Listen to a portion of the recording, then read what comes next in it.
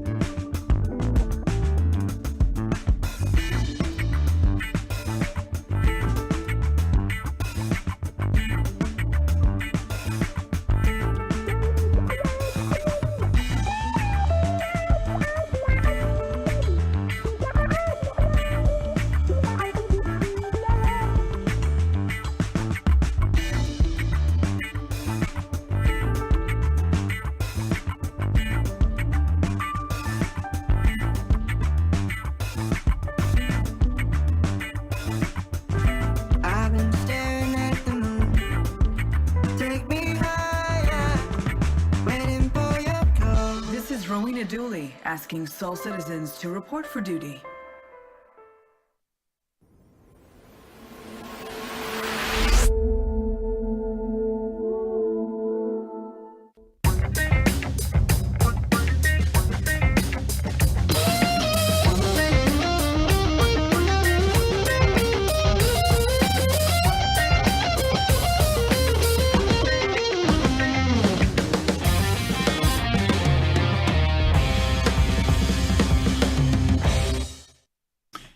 Hey, greetings. Welcome, everybody. Welcome back to Soul Voices. I am GriffinGamingRPG, and we are so happy to have you with us today.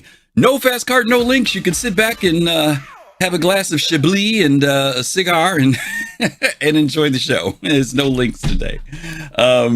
Hoping you guys are doing well. Today is Saturday, April the 27th. Wow, somebody, who was that? Somebody just did a sub right at the beginning of the show. CC Creator, West Coast, thank you so much for that. Subscribing for 30 months. Oh my God, you're an old timer. You've been around here a long time. Hope you're doing well, my friend, this weekend, and hope all is well with you and work and life. And happy to have you here with me and us. And I hope you guys are happy to be here too. Man, so much stuff has been going on. We're not going to even get into that, Kai. There's so much stuff that's been going on, and really happy to see you guys here. Hey, boss lady, how are you? Good to see you too. I miss you guys. I hope you're doing good. Captain Serious Fun, wow, with the 650 bits. Thank you. That's such an odd number. Was that like the only thing you had left in your bank, in your bits account? Thank you, Cap. Appreciate that. Appreciate you being here too. Yeah, I hope you guys are doing. You're clearing it out. There you go, clearing it out. I hear you. Get ready for your May subscription, right? I get it. Stunner, good to see you as well. Thank you guys for being here today. Man, so much stuff is going on, and as you guys know, on our show Soul Voices, this is our one-on-one where you guys get to come in and talk with me about the topics that I've picked. Usually I pick 3 or 4 topics each week, usually coming from Spectrum or Reddit or the gaming industry or just stuff to talk about.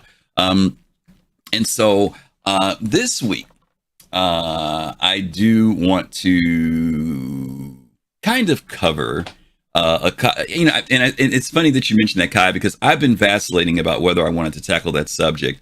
And Captain Serious Fun and I had a really interesting conversation on yesterday. And it kind of, I've been still 50-50. I may bring it up. Depending on how the time goes today, I may bring it up. So let's see what happens if we're going to have that conversation, because I see some things that have tied into other things in the gaming industry. What you guys are, we'll get to it when we get to it. I won't even bring it up right now.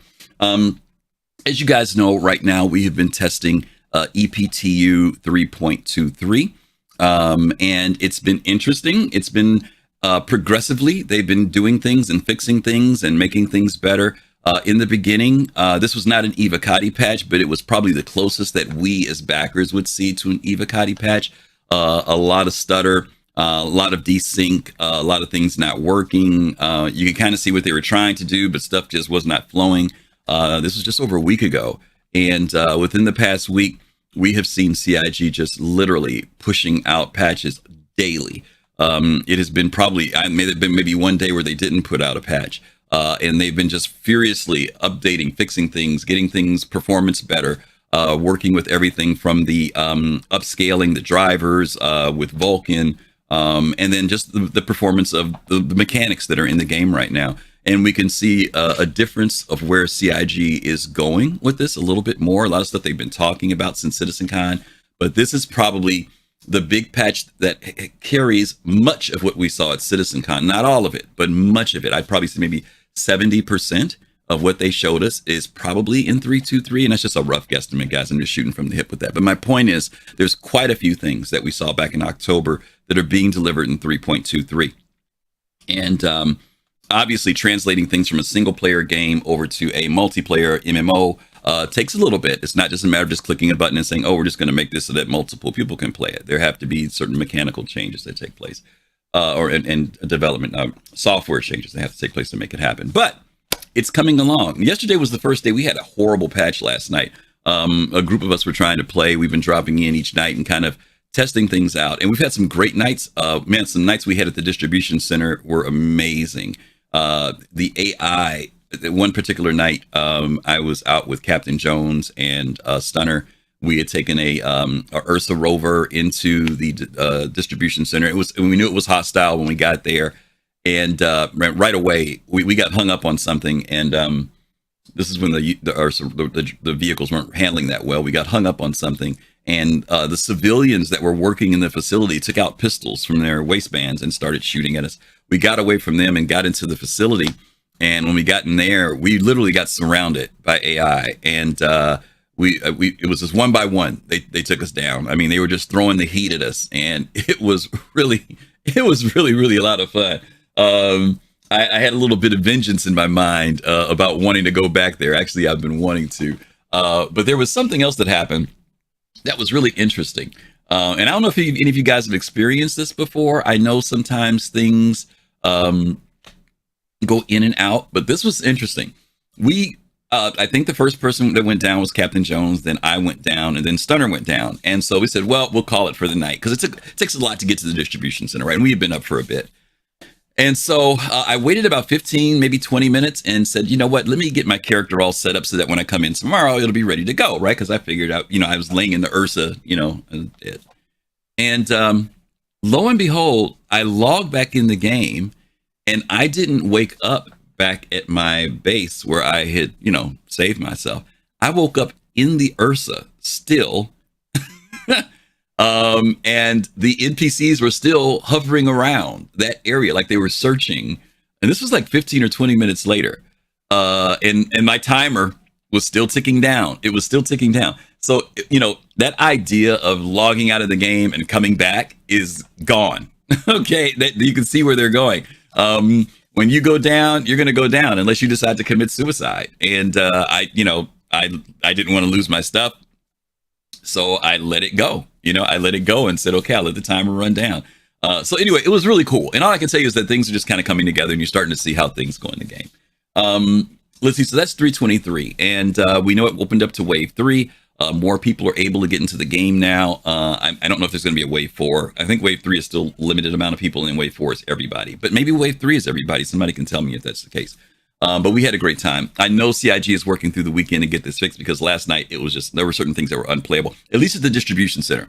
We could start out any place else in the game, things ran fine. As soon as you got to the distribution center, the thing just shut down. You couldn't move, controls wouldn't work. Some things would work, like I could wipe my visor, but I couldn't get out of the chair, or I could bring up my mobi-glass, but I couldn't turn off my ship. It was just really, really weird. Vehicles would not move once they got there. So I don't know if it was the distribution center, or whether it's just after a certain amount of time, the servers just started going down. But we had a real good time. That's all I'm saying. It's been fun. This testing has really, really been fun, even with the frustrations. So let's see. This week, oh, by the way, CIG, as you guys know, we're about a month away, less than a month away from, what is it called? IFW, Invictus Flight Week. That's going to be coming up in a few weeks from now, and we're really looking forward to seeing what CIG is going to do. There's been this buildup over the past few weeks with us doing the Overdrive initiative leading up to Xeno Threat, which is going on right now. And I'm hoping, I've been asking CIG for the last 2 years to tie all this in to Invictus Flight Week. When you go to Invictus, for those of you who don't know, that's the UEE Navy's annual convention ship event showing all the ships and their military might and blah, blah, blah, blah. But one of the things that I've always wanted them to do, or hope that they would do, is when you go to Invictus, you'll see these recruitment stations, you'll see pamphlets and flyers and trying to get people to sign up for the UEE Navy. And even though we don't have Squadron 42 yet, we do have the CDF, the Civilian Defense Force. And I had always been hoping that they would tie in, that there would be something that takes place during Invictus that causes us as backers to become involved and engaged. Beyond just looking at ships, beyond just renting ships, beyond just buying ships, but actual gameplay that gets integrated into the IFW. I had hoped that it would be a situation when you get there, you sign up. There's a desk there, and you sign in saying, "Hey, I'd like a tour of the Javelin, or a tour of the Idris." Wouldn't it be great if the Idris showed up this year? Or if I'm interested in being a part of the UEE. Or whatever the case may be, but then something breaks off during the convention, a random dynamic event. We don't know what's going to happen, but it happens. And if you happen to be on at that time, you participate. If you're not on that time, maybe your org friends or your friends will text you and say, "Hey, there's something kicking off for the next hour," and maybe you'll jump on and get engaged. I would love to see something that is organic.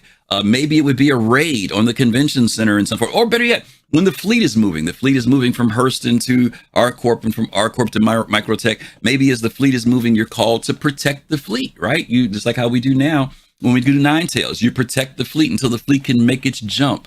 I would love to see something like that. But who knows? We'll see. We'll see what happens. Okay. Anyway, Invictus Flight Week. Some of you will be considering purchasing and buying ships. We want to tell you, don't forget that you can buy ships in game. You can buy ships in game. There's going to be possibly a wipe coming up with 3.2.3 or after 3. I know there's going to be a wipe at 4.0, whenever that is, right? We know that they've talked about a 3.230 and probably an X. We know there's going to be X patches. Maybe there's one X patch, maybe there's two X patches, whatever the case may be. But we want you to be very much aware that you can still get ships. Flight Week. What did I say? Invictus Flight Week. What did I say? Not Flight. Invictus Launch Week. Thank you. ILW. I said IFW. What am I thinking about IFW? That's the International Something Workers, right? I'm getting it wrong. Thank you, Fast Cart. And thank you, Togi. Invictus Launch Week. ILW. I got to remember IAE and ILW. Launch Week. Okay. Thank you guys for the correction. I don't want to give out any bad info. Buy me some ships. You know what, Red? I don't want to buy any ships because, well, I'm trying to avoid buying ships. All right, I'm getting close to my next level in tiers, and I'm trying to not do that. I really don't. If I do it, it's going to be because of the purchase that I do from. I have 3 items in my hangar, my buyback hangar. Those 3 things I want, and they're just sitting there because they're not in the game. But when I get those 3 things, then I want that to be what I cross the line, and that's it. It's done. And that's why I'm not unmelting them. Because if I unmelt them, then I'll continue to buy stuff. And by the way, I've got a real bad habit now. I just thought about this. I have been, I don't know if you guys can see this or not. I have been doing this as my new hobby. Since I've been staying away from buying ships so much, I have got, and this is so dumb, I've always wanted to buy lightsabers. And so I've been buying lightsabers, which is really, really crazy now. It's cheaper to buy ships. I hate to say that. But this is the, oh God, what's his name? Kelleran Bay lightsaber. For those of you who are into Star Wars. I just got this a few weeks ago. And I have been so excited about this one. I've been collecting certain sabers. I've got the Mace Windu, and now the Kelleran Bay, and then there's a couple other ones that I want to get in particular. I'm trying to get the Third Sisters. I'm trying to get that one, but that one's really expensive. But I'm having a ball doing this. It's something I've always wanted to do for, like, I won't say how long, but since Star Wars came out. Let's just say that since Star Wars came out, I've been wanting to do that. Doesn't even cut steel. It's a scam. Yeah, I know. Kai, I know. Anyway, let's get into the show. This week, as again, I say we usually take things from Spectrum and Reddit. I didn't do that this week. This is going to be one of those From the Heart shows where I'm going to be just talking about questions that have been circulating in my mind, particularly since we've been in 323. And this is kind of actually going from CitizenCon to 323 to where we are right now. And again, talking about some things, observations from the heartbeat of the community. So I want to kind of cover these. So the title of today's show is Little Eyes, Big Picture. Little Eyes, Big Picture. Just kind of keep that in your mind, and we'll get to that one. I think that's going to be our third topic for the day when we get to it. So just kind of follow along with me here when we get there. Why is that over there? Is that right? Oh, that's the wrong one. That's why. That's why it's supposed to be right there. Okay, let's look at this first one here. First topic we're going to talk about is with and against. One of the things that's been added into 323 is the new engineering career. We've heard about this for a while. People have speculated of what it is. CIG gave us little hints about tuners and mechanics and stuff like that. But now we actually have it. If you go into the into 323 in the EPTU, and if you go under the Arena Commander, there is a thing there for engineering, and you can, first of all, you can just go in and check it out. Secondly, there are a couple of missions in there that they want people to do that will help test the engineering mechanic, and they're looking for ideas. Now, mind you, this is tier 0 engineering, guys. Everything in engineering is not there, and it's obvious that it's not there. But there is enough there right now for us to take a look at it and say, this is interesting. In Arena Commander, when you go in, you get into an A2. The A2 has fuses that are located, or they're not called fuses. They're called, what are they called, y'all? Not circuits. They're, what's the word, y'all? It's not called a fuse. It's called somebody drop it in chat for me real quick, so I don't have dead air here. No, not capacitors. No, you're close, Helix. Relays. No, is it relays? No, not a relay. There's another word they use.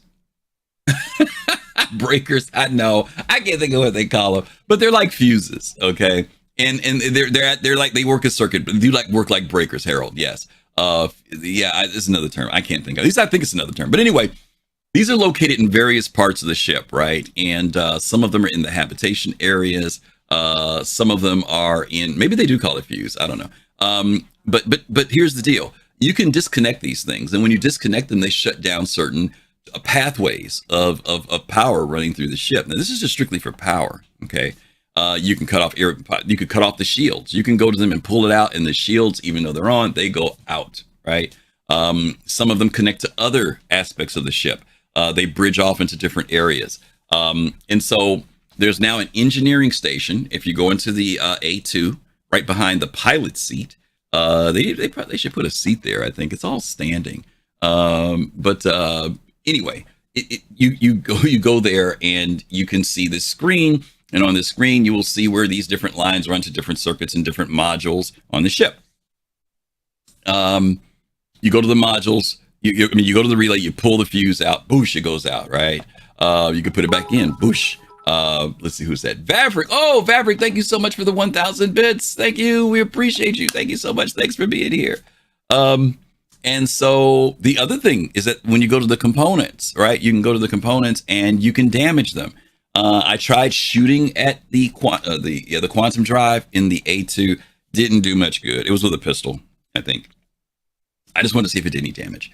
But then I did lob 2 grenades at it, and I threw the grenades at it, and the grenades, I want to say it dropped me down to 97, 98%. Okay, when I did that. I tried to do some repair. This was a week ago, y'all, so it may not be working, but I tried to do some repair, and it didn't really do anything to it. But I've heard that repair does work in there. But I heard that what did I hear? When I went back to the screen kept saying 98%, but then I think they said it works now. I don't know. I haven't done it recently, so I have to, maybe today or tomorrow, I'll go back in and try it and see if it shows up on the monitor. But it didn't show up on the monitor that it was being repaired. Hey, Royce, good to see you. So anyway, that's a new mechanic. But the cool thing about this at tier 0 is you can kind of see that an engineer can oversee the routing of power in the ship. The other thing that you can do is also open and close doors from that location. You can see all of the components now. You can see where the quantum drive is, where the coolers are, where the shields are, where the batteries are, right? All these different areas that you can control from that station. Now, later on, this is going to continue to build and get bigger, right? And the reason why we call this show Small Little Eyes, Big Picture is I want us to think this weekend about trying to see where CIG is going versus where they are. Because quite often when people evaluate the game, they're basing it upon what's in their hands. And that's understandable. That's all you got, right? That's what's tangible. But there's enough hints, enough history, enough whatever to start kind of giving your areas, not even a matter of theory crafting, but it's more or less of saying, I see what they're trying to do. Now, it doesn't mean you're going to predict what they're going to do, but you can say, I can see what they're trying to do. And you can see that the engineering position is going to be a very important part of any ship in the game, whether you're flying something like a Connie or whether you're flying something as big as an Idris. That engineering station can monitor several things. One of the things that I can see it definitely, Instigator, thank you so much. 27 months of hanging out with us. Truly appreciate you. Or at least subscribing. So thank you. We appreciate that. You may have been here longer. Thanks. Some of the other elements that I could see being added to that engineering station would be something as simple as life support, right?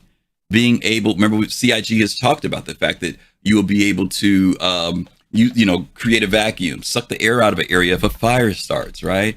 So your engineer would be the person that would monitor and see that when it's happening. The engineering station can handle other aspects of power. We talk about power, life support, security measures could be monitored from that area too. The aspect of locking down areas of the ship, maybe even permissions, depending on if the captain or the pilot is occupied. That could be another aspect of it. The other thing that's really cool is that the animations in there, when doors open, like on the A2, when the ramp opens, you can actually see it open. You can actually open and close it. I mean, there's all these really cool things that you can see that engineering can do. And you can see how this person could have a very vital role in the game. Now, the engineering station is in the cockpit, which means that people, if they want to get in there and shut down stuff, they'd have to make their way to the cockpit. I think there's a reason why that little drawer down there is with pistols for the captain and the pilot and the co-pilot, in case somebody tries to come in here and it shouldn't be, because that station needs to be defended. Obviously, if someone wants to take your ship, getting to the engineering station would be vital. It would be crucial to get to that. The fuse areas, yeah, that could be another area too, where people board your ship and are able to disable, whether by destruction or by pulling, that they could also disable you that way. We know CIG has talked about ships being more of a disable damage state more than a destruction state. So that would be really important to do too. So okay. So anyway, the title of this way is With and Against. So far, I'm giving that as a backdrop, y'all, because it's not really the conversation, but it can be. The idea of With and Against is that a lot of the gameplay in Star Citizen is going to be where we play against players and when we play with players, right? When we play together. In gaming, there's always been a dynamic of competitiveness. I mean, games in general, when we're surrounded by them, whether you do football, soccer, baseball, whatever it is you do, I don't care if it's archery, whatever, there is a dynamic of competition, of playing against someone, right? To be able to show that you can do better or excel, that you can win. But there's also that side of cooperative play that leads into winning collectively, doing things together collectively, solving problems collectively. One of the things that you guys have heard me talk about is that in the gaming industry right now, there's a lot, the gaming industry has kind of created this dynamic of playing by yourself. Okay, let me go back even further. I know it's a different show, y'all, totally different show, so just bear with me because I know I'm blabbing, but I told you this is from a heart show today. In the early days of gaming, a lot of games were solo games because we didn't have the ability to use the internet, right? And so even have another player play with you would have been something, because someone would have had to have come to your home or come, and it would have been your home. That's it. There was no other place to play video games collectively. In colleges, you had some aspect of being able to play across a network, but that was not accessible to people in general. That was, if you're in college, that was the only way you could do that. So when you played first early games, you quite often would play at something that was you by yourself. Many console games at the beginning were you by yourself. Then they also understand being able to play with another person. So even something as simple as going back to Pong, you played against another person. There was a way to play Pong by yourself. They would actually play against you. So if you didn't have anybody to play with, you could play the game. But in the beginning, even games like Space Invaders in the earlier days was competitive. You could have a 2-player game, but you would play, get to a certain point when you died, then the other person would get on and play until they died, right? Then we got into the aspect of being able to have games where we could play together. And I remember one of the first games that I played with someone else was a game called, some of you may remember, Rainbow Six. The Rainbow Six series, where you were able to have another person run a team with you, and you had AI in there, right? But you could control the AI, and you had this other person that could join you. Slowly it became this thing where we'd be able to play cooperatively. Early games like Doom, the original Doom, it was great to be able to play what they call multiplayer. Another person in Doom 2. Doom 1, I don't think you could do it. But Doom 2, I think you could. At least I can't remember. But anyway, you would play cooperatively. Now, here's the interesting thing about playing cooperatively. I used to play Doom with this friend of mine, and he was really good at playing Doom, right? But whenever we played Doom, it used to bug me. We'd be playing Doom, and we run into a room where there are a lot of monsters and stuff, right? Or, and we fight and fight and fight. And we'd get through, and I would be like maybe, I don't know, 70% health, right? I've lost 30% of my health, right? He might have been like 88% health, right? And he would go through and clean out all the health boxes, right? And I'd look for health boxes, and all of them are empty. I'm like, dude, where's the health box? He would run and gun and heal himself all the time. Like literally, he'd be running all the time. As soon as he'd get even slightly hit, boom, he'd heal himself. Boom. If he was at 99%, boom, he'd heal himself, right? Boom. But we were playing together, right? And he was not thinking about me at all, right? All he wanted to do was get all the kills and live. And if Griff survived, well, Griff survived, right? So after a while, I had to wise up and start making sure that I kind of stepped up and did the same thing, because I saw his nature was not that he was thinking about his partner who was playing the game with him. He was just worried about doing his thing. And if I could help him along with doing his thing, then he was fine, right? And so over time, though, we started getting to other games like Quake and games where Unreal Tournament, right? Where even though they would have a cooperative mode, people really drifted more to the mode that allowed them to play as a solo player and be able to be king of the hill, right? Basically win. And I get it, because I did it and I enjoyed it. But I also now, in retrospect, am looking back and seeing how, in some ways, we've lost how to play together and have fun together, how to be cooperative, how to everybody grab the trophy and hold it up instead of one person grabbing the trophy and holding it up. So as more and more I'm looking at this thing with CIG, I'm wondering, it seems like there's this dynamic of, is there a deliberate effort for us to learn how to play both against and with each other? Right away, the first thing we think about, which is like, I keep hearing people say this, there's going to be a real problem when Star Citizen comes out, because everybody's going to want to fly their own ship.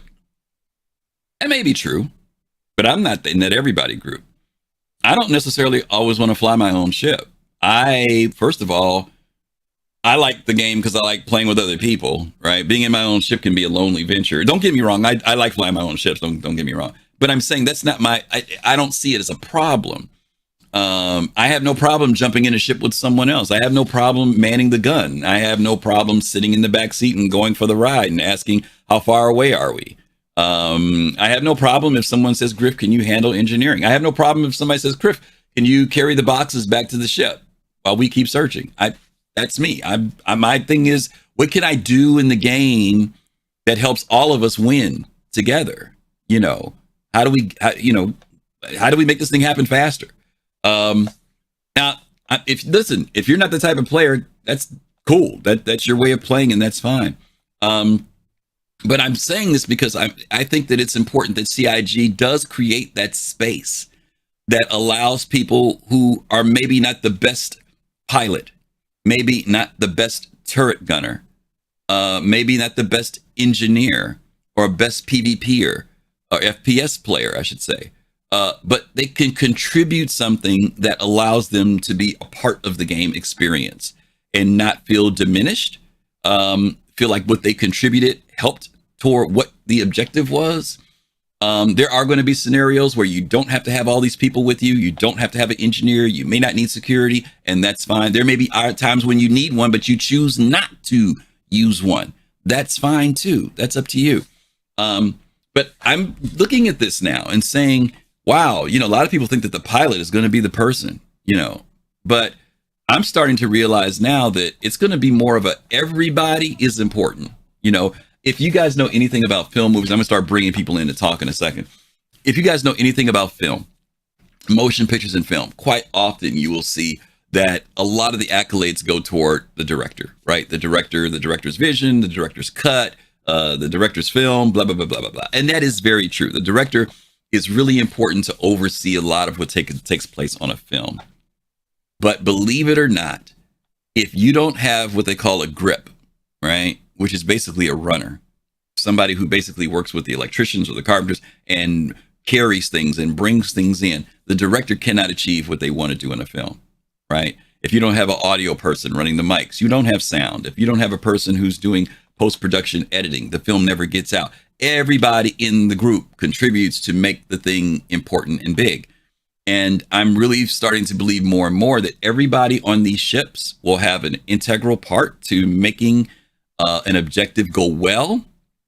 I do believe more and more. I've always wondered about a captain, right? The person who is the captain of a ship. If you get on a Starfarer, you guys know there's like this seat right in the freaking middle of the Starfarer, right? And then there's the 2 seats up here. The Connie has a pilot seat and 2 seats here. There's several ships that are built out like that. And I've said to myself, the interest in stuff, right? You got multiple positions there, right? You got a captain seat and you got the people who pilot the ship. And I said, who's going to be important? The captains are going to be important. The captains are going to be important because they will have the overall oversight of what takes place on the ship, right? Not from a command position, but from a position of being aware, of awareness, of knowing what the situation is, making decisions, and informing everyone else who's on that ship of what needs to be done. And hopefully, with a good captain and a good crew, you work as a team. Last point I'm going to make. I was in an organization one time and someone said to me, we were in a group, this organization, and the person said, I'm the coach and you guys are the players and this is what we do, blah, blah, blah, blah, blah, blah. And it kept bugging me when this person said this. They're the coach and we were the players, and after the meeting, I went to talk to the person and I said, can I make a suggestion? And like, yeah, what's the suggestion? I said, instead of looking at yourself as the coach, why don't you look at yourself as the captain? Because the captain plays with the team. The coach sits on the bench. How do you play with the team when you're leading, right? Are you going to be the person who sits on the bench? Or are you going to be the person who's out there on the court, right? At the same time, right? So I know I gave you guys a lot to talk about, but I want to talk about this with and against thing, right? This with and against thing.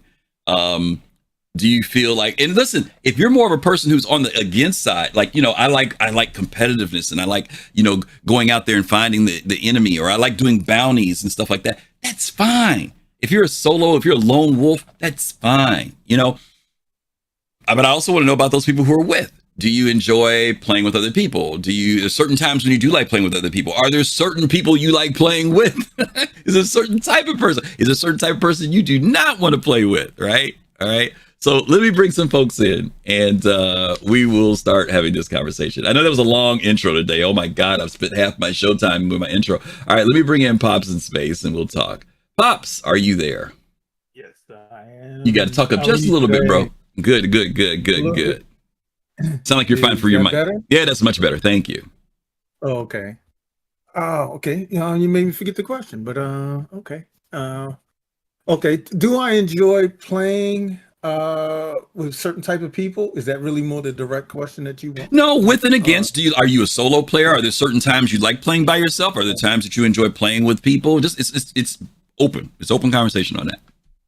Well, I'm kind of like you, and I'll touch back. I've started playing with my son. We started playing games like Doom and Left 4 Dead and so on and so forth, where you try to get to the safe house. And, if you don't make it in the safe house and you're outside the door and you get chewed up, you're just dead.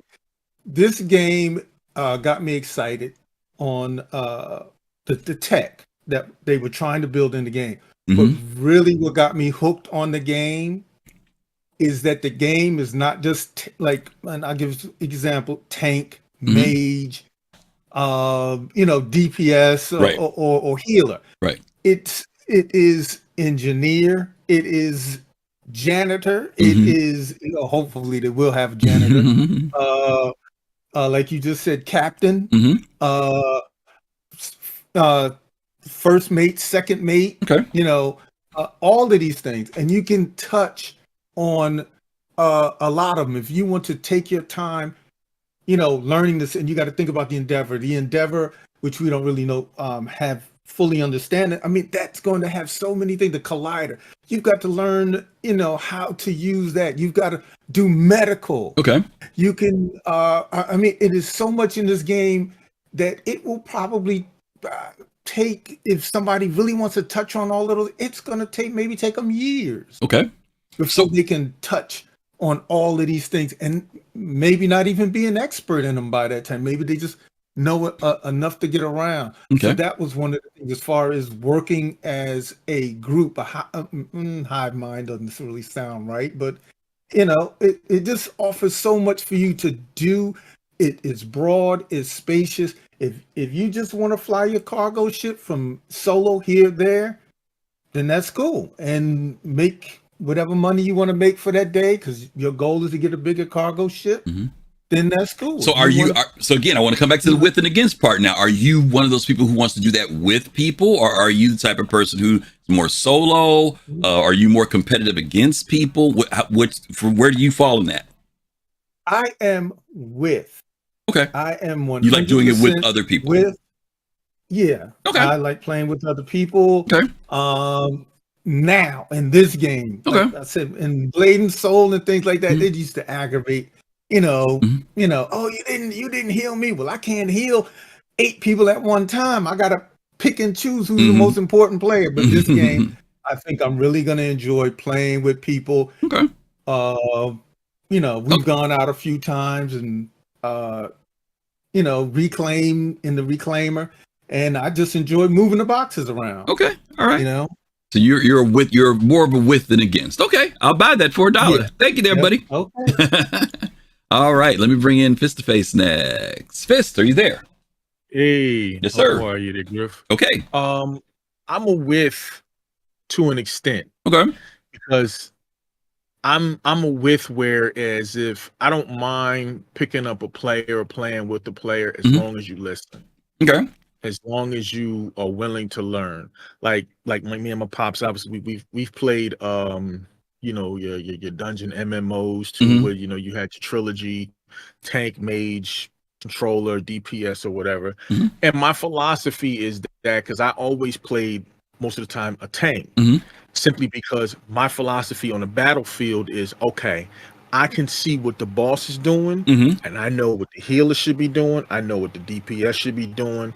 I know what every other role should be doing as far as the positions where you should be, as well as I'm a multitasker. Okay, but that's the reason why, as we talked before, and when I talked about the Orion, is that I'm the type of person I want to know each station. Not saying I'm gonna be a master at it, but I at least want to know that, just as well as I want my crew to know that, because I'm kind of a next man up kind of a situation. Okay.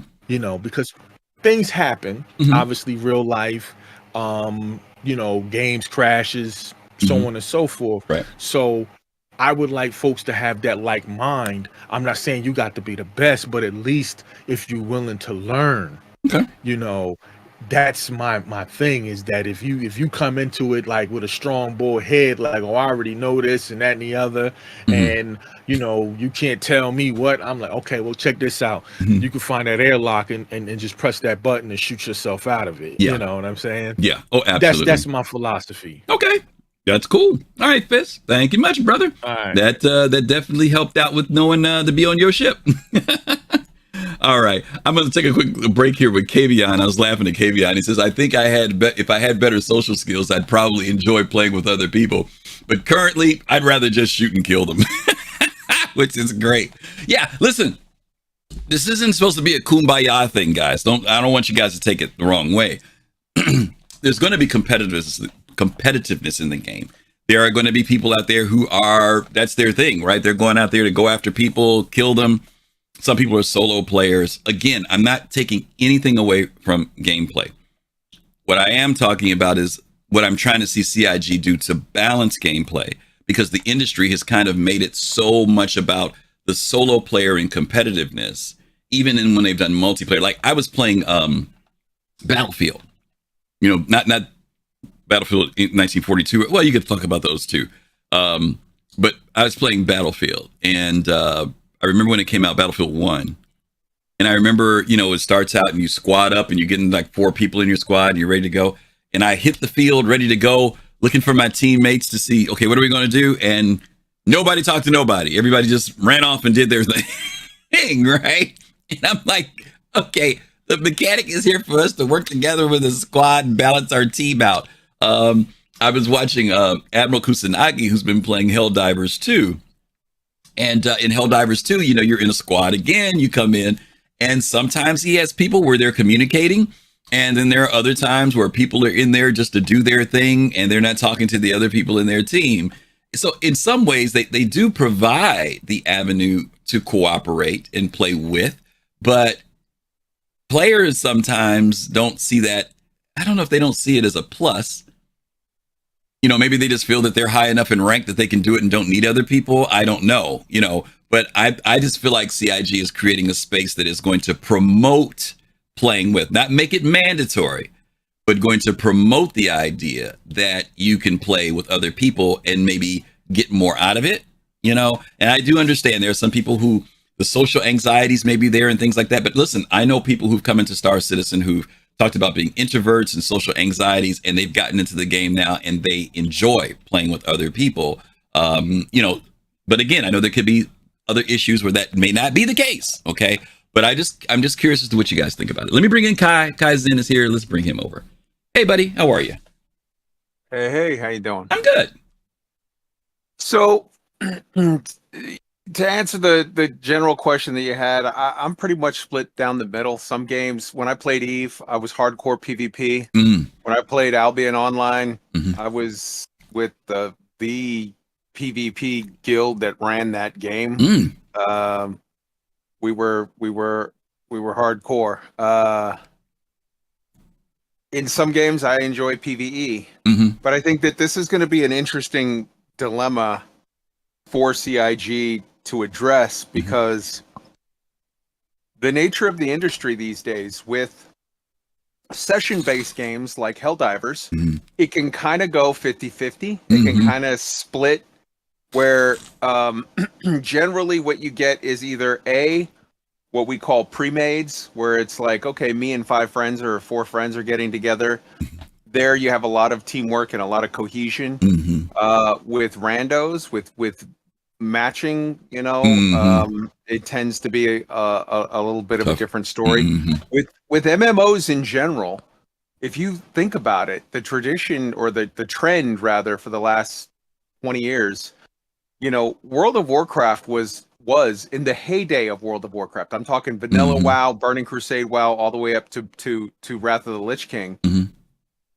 It was massive multiplayer online game. MMO was actually, yes, I understand to the guy who says Danger Hobo, 4 players is not an MMO. I get that, and that's what I'm addressing right now. Right.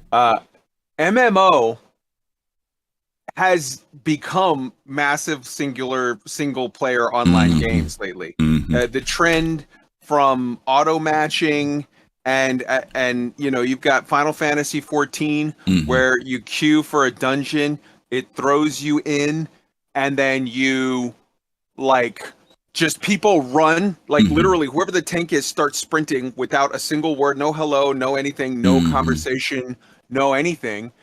It's just become these massively singular experiences. And right now, Star Citizen, I believe, has a really good mix of some people that just want to play by themselves. And I'm not shitting on that. There's nothing bad about that. Right. You want to get in a Gladius and fly around. There's nothing wrong with that. But it also has a good number, a really good number of groups of 4, 8, 12, 15, you know, sometimes orgs, whatever, players that get together on purpose to work together towards a goal that really does give you an experience that is pretty damn unique in the online gaming sphere right now, where you don't, there's a thing with Star Citizen where it kind of has sometimes the feel of these old school LAN parties from back in the day, where you would get together with 10 of your friends and you were playing, and it was a really interesting experience. But I suspect,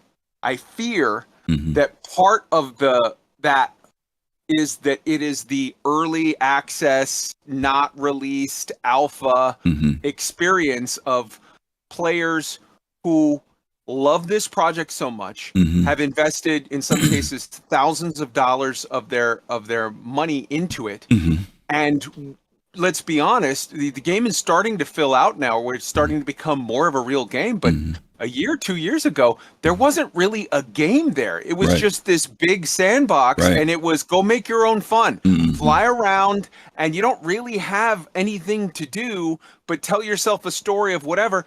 And when you have a game like that, the downside of it, you can obviously criticize it, is it doesn't give us enough to do within the game. They're not giving us a game, they're giving us a demo that we make our own fun. Right. But the upside of that is it leads people to have this imagination and have this self-motivated nature, where you do get these really cool experiences of me and 8 friends doing a thing together. And I worry that when the game actually gets to full release, you know, 2 years from now, 5 years from now, whatever, and there is more in-game content provided by the complete game, provided by CIG as just part of the game, and the flood of normies come in, the wave of normies come in who had no idea what the game is today, but see a release thing when Asmongold gets it day one and Shroud gets it day one of release, and this one and that one and the other are all playing it.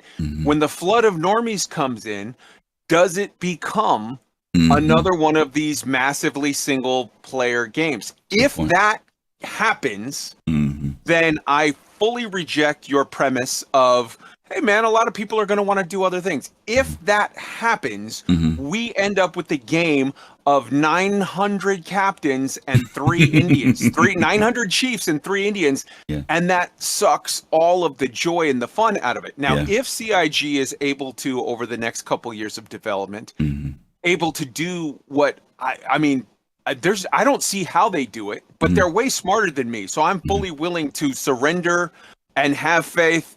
Jesus is my co-pilot, and Chris Roberts take the wheel. Let's hope this shit works out. If they're able to engineer a set of motivations into this, such that we can keep what we have right now, which is a good portion of the feel of the community, where it is a group of 8, 10, 12 players, then I much more have faith in your idea of, hey man, we're going to have a lot of people that want to do the turrets and want to be the engineer and want to be the load master and want to be the whatever. I don't know how they're going to do it, but it's important that they do know that if I had to bet on anyone to pull it off, these are the guys I would bet to pull it off. So fingers crossed, and we'll see. Okay, good point. I no comment to that. I agree with you 100%. Thanks, buddy. Alrighty. No, Kai's right. And in fact, it's going to lead into our next. Kai always ends up leading into my next topic. So that's going to be kind of where we're going to go on the next one. I'll get these next 2 in and we're going to move on to that one. Asgard. Hey, how's it going? I'm fine. How are you? I'm doing well. So to answer your question, whether I'm with or against, it depends on what I'm doing, obviously. In many MMOs, I'm playing the economy, and I do that solo. Okay. So in that aspect, I'm playing against other players. That's economic PvP. Mm-hmm. But when it comes to dungeons or raid content, I'm obviously with. Okay. So, but I tend to do more economy stuff than raid content or dungeon content. That's just the way I roll. But as a quick aside, I do love games like Dragon Age Origins, Mass Effect, Baldur's Gate, where you can bring companions. Mm-hmm. Flow Tour had a minor aspect where you can bring one companion and have a partner. You can run a dungeon. Right. Both Final Fantasy Online games had aspect of running a small dungeon with yourself and your companion. Mm-hmm. And I can run multiplayer content at my own pace because a lot of players expect other players to know the content code, or be confident, or keep up with them. Yeah. Kai addressed his point a bit when he said that a tank can take off as soon as they gain control of their character in the dungeon. Mm-hmm. I play one-handed, so sometimes I lag behind, and I can lose track of them, and I have to find them on the minimap. So I'm hoping CIG has an in-depth NPC mechanic for people like me. That's a good point. And I'm glad you mentioned economic PvP, because sometimes when people say PvP, the default is automatically to combat, right? Some type of FPS.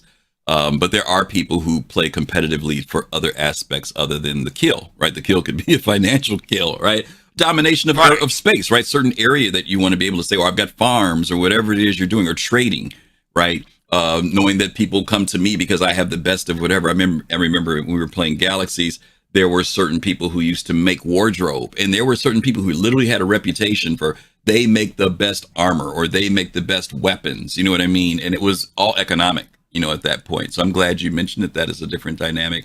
And the fact that you can be, in certain circumstances on one side, on other circumstances, the other side. I think those are really great points. Thanks, buddy. Appreciate that. And this is for Danger Hobo. I make killer deals. How about that? All right. Thanks, buddy. Yeah, Gladestone. Hey, good to see you. Yeah, game of the week is Manor Lords. Let's hope that it is not game of the week. I want to go back to those days where games lasted a long time. We're playing them for quite a while. And yes, Manor Lords, people have been looking forward to. It looks beautiful. If you guys haven't checked it out, if you're into a lot of management, and just like city skylines type management and stuff, just, medieval, it's a great game to take a look at. Let me bring in Stunner, and I'm going to Admiral, then we're going to move on after that. Stunner, you there? Hey, Griff. Good. So to answer the question, I'm definitely more with than against. Okay. I would also say that I think my favorite play style in games, because I'm mostly into MMOs, would be to take the and out and to be with other players against groups of other players. Because I that's what interests me with Star Citizen, because I think they're really shaping it up to be that. I think you get the greatest possibilities for different scenarios to happen when, like a certain group of 6 of us going up a certain group of another 8 or 6 or 4, and then maybe even we switch it up where you're encountering different people. So if it's just you and I going up against each other all the time, and you're much better FPS than I am, chances are you're going to kick my butt most of the time. It's going to get old fast. But if we're with other people, and that changes the dynamic constantly. So like even when we talk about fleet battles and the combinations of ships that can be there, and I definitely understand the points that people have been bringing up, and you yourself, and how the gaming industry has like kind of changed gamers' perceptions of how they play the games, and I definitely think that's true. But we talked about this before. Yes, I think when the bulk of the greater gaming community comes in, they're going to try to look at this playing it solo captain style. But I believe that people haven't changed that much, that once they understand that they have the freedom, they will retrain themselves. They will be entertained by that. I think that's what most people actually want. And when they realize that they can have that and see the possibilities in this game, I think they'll learn, and they'll be happy for that. Basically, they won't try to play the way they've been geared towards for years. To Kai's point, and I definitely understand his fear, because I have the same fear to a degree.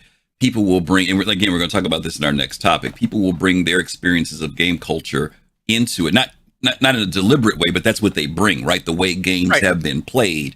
And it's taken, not to be funny, it has taken decades for that shift to happen in gaming, right? So the question becomes, what can CIG to put up that are those, let's say, invisible guiding rails, you know what I mean, that do make it say like, wow, this is actually better to do it this way than doing it this way, or I'm having more fun doing it this way than that way, or I never thought of it, like you said, never thought of playing it this way. It is on their, it is a tough thing on their menu to create that in such a way that it feels organic and not like making players do something, making them play a certain way, that players choose to play that way because they see that it's more beneficial, more rewarding, more fulfilling. If they don't, and if they make it the short route to, I don't want to say short, I'm not talking about time, but I'm saying if you make the route to feeling rewarded cheap, right, then people won't move toward a better thing to me.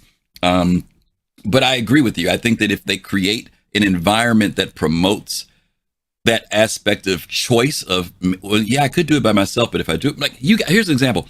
The other day, you guys were in that bunker. Remember when you guys were going down to get Captain Serious Fun? Were you there with them, with Zombie Pig and them? Nope, that wasn't me. Okay, but you heard the story, right? Captain Serious Fun went down in the bunker. If he was by himself, his options were limited, right? I mean, his options were very limited by himself. But when there were 3 or 4 other people that were at his beck and call, they went to the extreme trying to get him out of the bunker, right? The elevator was broken.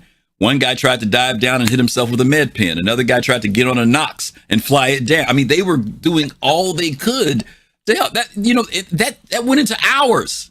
That went into hours of gameplay, which would have been normally by himself a few minutes. And if he put out a medical beacon and nobody came, it would have been a suicide. So again, if you can create those opportunities for players to be creative, very happy to be here, and maybe come up with some other ideas, maybe it becomes enriching for everybody. He was willing to sit down there for an hour and a half, right? Because he knew there were people up there trying to help him, right? Yeah. But how much fun did you guys have after the fact telling that story too? Absolutely. So it was definitely an experience. Yep. And then just real quick, like to point out what you guys have been saying too, and I think it does depend on the game mechanics a lot, and the lack of true MMOs, which I thought was brought up too. Like a lot of people that really like true MMOs, like if you go back to EverQuest or WoW, like players that played those games originally, they can tell you the exact moments when, like, those games really, lost the true player, like for EverQuest when they allowed mercenaries in. So you could actually you could hire an NPC tank, you could hire an NPC healer, and you didn't need the other players. WoW very similar over the years, but because there's a lack of other true MMOs for those MMO players to go to, they just stayed in those games. Yeah. And because they played WoW for years, they played EverQuest for years. They had these characters and all this stuff build up in the games, and so they kept playing those games even though they weren't getting that same original experience out of them. So it's kind of like train them or desensitize them to that experience that really got them into MMO gaming in the first place. And I think the Star Citizen is going to be able to revitalize that. Okay. All right. Thank you, Stunner. Appreciate you. Yep. All right. Last but not least, Admiral Kusanagi, and then we're going to get on to our next topic because I am already an hour into the show. Jeez, oh, Pete. Hey, Admiral, how are you? How's it going, sir? Good.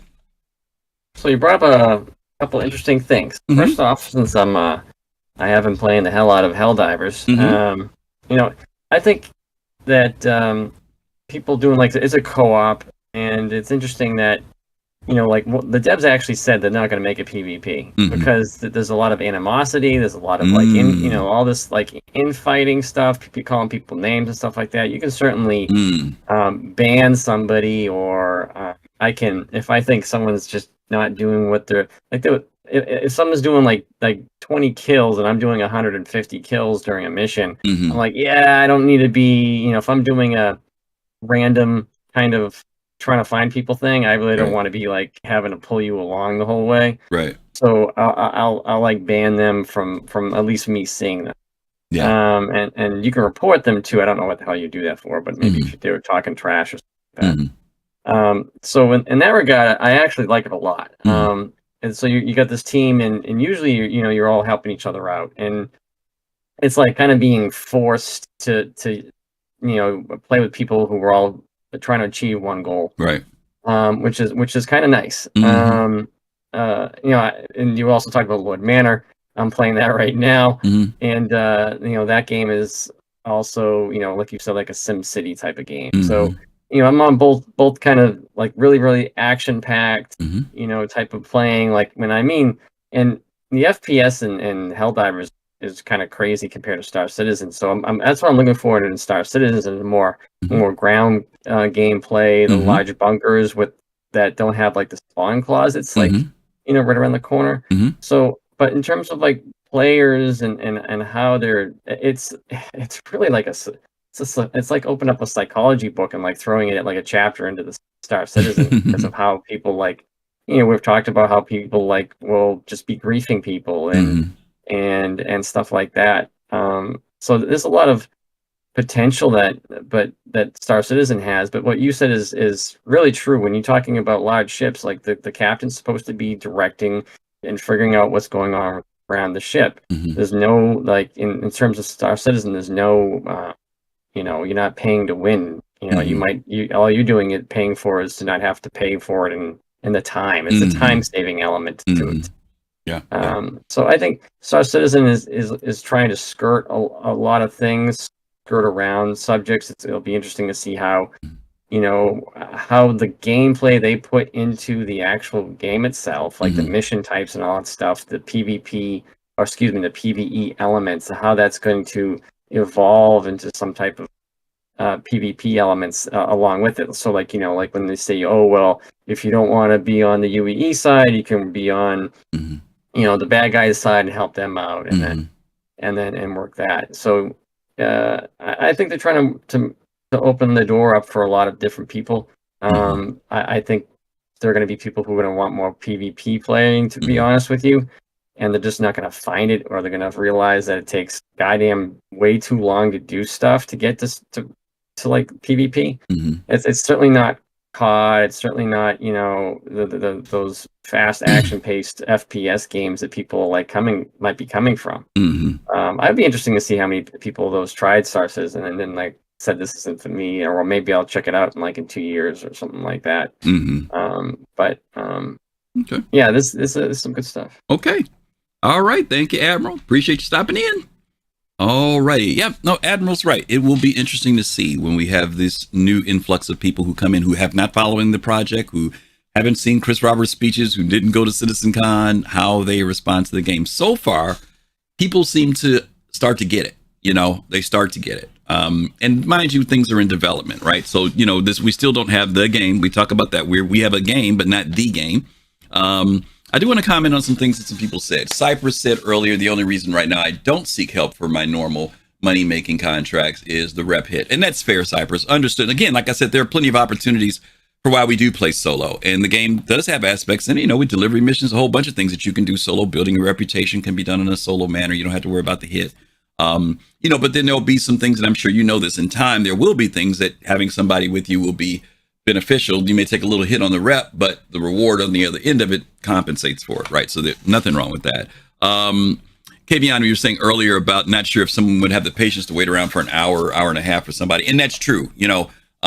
This was a definite situation of friends, right?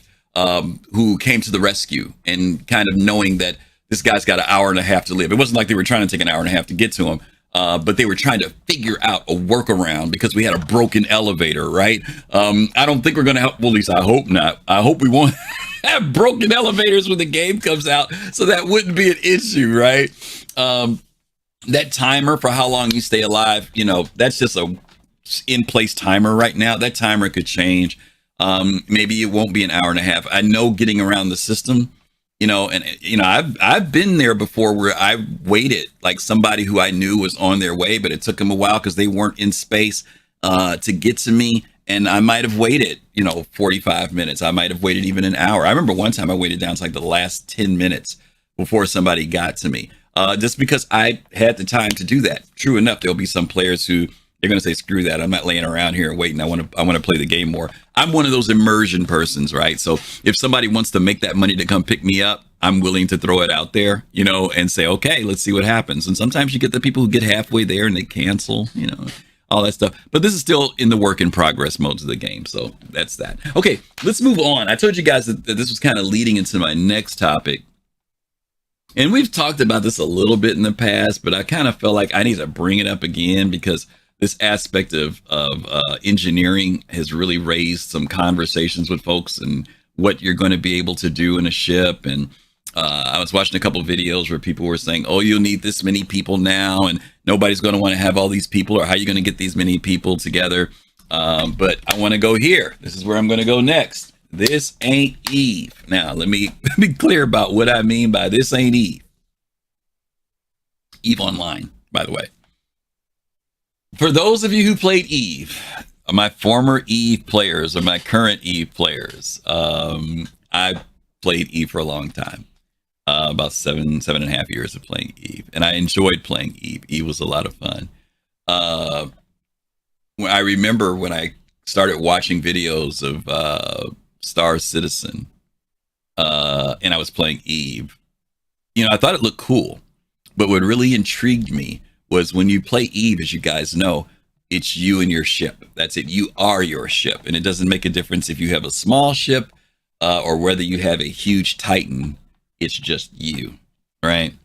And I remember as I would play Eve, sometimes when I'd be flying around, I'd zoom in on the ship, right? And I'd do this like 360 around it. And I'm looking at the details and the intricacy and all the great design work that the developers did on that ship.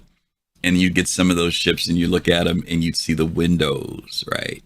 And I would sit there and imagine, wow, what would my crew be doing right now? What's the crew doing as I'm looking at this ship, right? But the reality was that I was the crew. I did everything on that ship. Manning weapons, repairing things, calibrating things, all that stuff was just me. When I saw Star Citizen, I said, wow, here's something that I'm going to have other people do. And it was a bit, trepidation, like, well, who are these people going to be? And blah, blah. But I was also excited because I used to imagine when I was in Eve that I had a crew that was doing stuff. And, it felt lonely being on those ships. You had people in comms with you and stuff and you're talking to, but the coordination was more on an area of attacks or where you're meeting or things like that. Nobody was telling me how to run my ship or what this I needed to use unless I asked a question, right? I mean, there was no interaction going on within my crew. It was just me being out there. And so my question to you is, this ain't Eve. There are certain dynamics of gameplay in Eve that, like, I hear people say this all the time. Not all the time, but a lot. Oh, we're going to have the same problems we have in Eve. People are going to be at the wormholes at the gate camps. They're going to be camping, and they're going to be. We used to have this thing in Eve where you could put up these bubbles at the gate, and when people came through the gate, if you didn't hit it right, you'd fall into one of these bubbles and you'd get attacked. And people would gate camp. They'd sit there and just do that, right? They'd just do that. And I've always told people that is not going to happen in this game. It's not going to happen in this game. There will be people who will try. But I don't think they're going to do that in this game. Chris and them have seen all this stuff in the game, right? And now that we see what it looks like with jumping and wormholes and everything else, if we use the examples of what we've seen with what Eva Cotti's been doing with going through the Pyro Gate, you can see the design does not allow for someone to park their Mantis in front of the wormhole. Now, mind you, there are things that CIG will try to leave open for possibilities of things. One of the things they told us about wormholes was that some of them will have multiple entrances and egresses, places where you can go in and out at. And there will be places where we will stumble across and things like that. And maybe there will be opportunities for people to use their Mantis or whatever. I'm not saying that they're going to limit that they're going to eliminate it. I think that I'm just saying it is not going to be the norm. Right now, you guys know that even firing up a pulse when you're in UEE space could be a problem, right? You shut down the comms, maybe you can get away with it. But even so, how many people are going to be trafficking a gate? Will there be a lot of people? Will there be a few people? Don't know. It's all going to be dependent, right? Will there be other routes you can take? All this other stuff. My point is that I want people, we all have to be careful, including myself. There is a good side to bringing in our game experiences of other games that we've done to Star Citizen, because that's what we're familiar with. But we also have to be careful that when we bring those things to Star Citizen, that we don't automatically say that's what it's going to be. Because I think the people at CIG have also played these games and are very much aware of these games and have found what are the positives and negatives to those things, and hopefully are honing it's our own uniqueness to what Star Citizen will be. And I'm not saying that people won't be able to camp outside of a wormhole.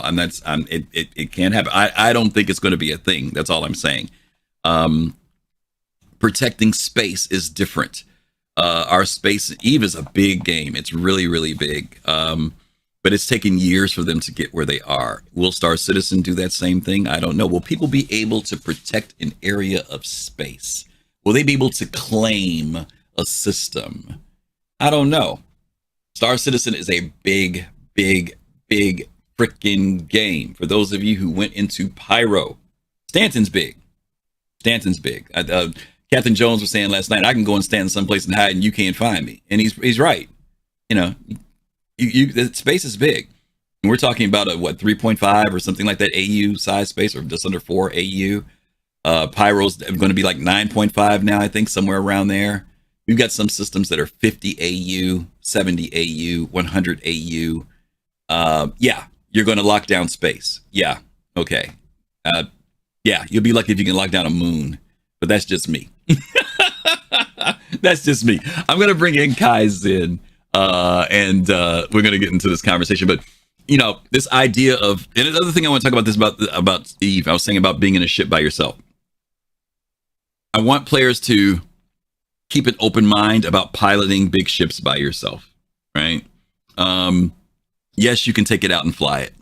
Yes, you can point it at something. Maybe you can even fire the guns. But ultimately, this idea of flying medium and big ships, I'm not going to say big ships, medium ships, a Connie, might be tough. Once everything's in, once components are wearing down, you know, maybe you can fly from here to there, no problem. You know, no problem. Maybe you can take your Taurus out there by yourself, do your run, get in and out fast, no problem. But later on, loading that Taurus by yourself, is it really going to be smart to hand load that ship by yourself? Nobody watching your back. Is it going to be smart traveling through dangerous space with nobody manning a gun, with nobody to help you out if you start getting attacked? Is it going to be smart? AI. Will AI be able to help you out? Will NPCs be able to respond in a way that you feel is meaningful? Are NPCs going to be good for handling turrets? Are they going to be good for managing certain things on a ship? But can an NPC tell you that the fire is getting too bad and we need to shut it down? You know, can an NPC tell you that it's, you know, this is what's going on back here in the back? I mean, I don't know. If CIG's wizards can come up with stuff that there's that level of interaction, I would love it. It would be amazing, amazing, amazing. But I think our imaginations sometimes get ahead of what technology can provide. And I think that they can come up with some really good stuff on the technical side. Flying a ship, co-piloting a ship, yes, I'm sure they could do some things like that. For handling a turret, sure, they can do things like that. But those split-second decisions that you need, where someone makes a decision about something and relays it to you as the commander of the ship or the pilot of the ship, I'm waiting to see it. I'm waiting to see it. All right, let me bring in Kai, and we'll get to going on this one. Hey, Kai. What up, brother? You got it. Yeah, this ain't Eve. There you go. This ain't Eve. Some things that you'll never hear in Star Citizen. We're gonna have to get together and push the Russians out of Delph. The other day, I was subcat ratting in my nightmare. Or, yo, I straight up warped to zero. Mm-hmm. We bush fleeted. I was in my Manticore. Let's go, baby. I dropped some bombs on some nerds. Mm-hmm. Yeah, this ain't Eve. Mm-hmm. There's no pause timers. There's no whatever. So, good point. This game will not have any of the problems generally. There's going to be some, like if you squint hard enough, but this game will not have the problems of Eve. This game will have entirely new problems that will have to be figured out in entirely new ways. Yeah. Hopefully this game will not have a huge goon presence. And let's just all remember that we need to keep the Russians in line. This ain't Eve. Okay, Kai, thank you. All right, but we could deal with the band of brothers. That's all I'm saying for people that know Eve. There you go. All right, bro, thank you. Okay. Let me bring in Fast Cart. FC. How do I follow that? I know. He hit How the do I follow marks. that? He hit the marks No, on but that. I agree. This ain't Eve. Mhm. I'm hoping that Star Citizen will not be like Eve. Mhm. Eve is chaos. People who haven't played, it is mostly because I played it mostly because it was the best or the only space game after Star Wars Galaxy, and I missed my chance to play Star Wars Galaxy, so I did play Eve for 4 years. I will say. I'm on the upside. I will say I hope Star Citizen has a robust economy on the level of Eve, not exactly like Eve, but on the same similar level. But for most of the other comparisons, I'm good. Maybe Star Citizen will have a big battle where the game sites will report like, oh, there's a big battle that costs like $3 million, no, $30 million in chips. Maybe in that aspect it'll be like Eve, but we'll see. We shall see. Yeah. By the way. Are you referencing This Is Eve, the video? This Is Eve, because I caught that. No, not this time. No special connections here. No subliminal messages here. And I really do because, like I said, you've played Eve, and like you, I went into Eve because Galaxies died. There wasn't, and I kept seeing that. I remember back in the day we used to have computer magazines, game magazines. Eve was always Computer like Shopper? that. No, not Computer Shopper, like PC Gamer, stuff like that. Oh yeah, and Eve always had like that either front inside or out, back inside advertisement, right? That glossy advertisement for Eve.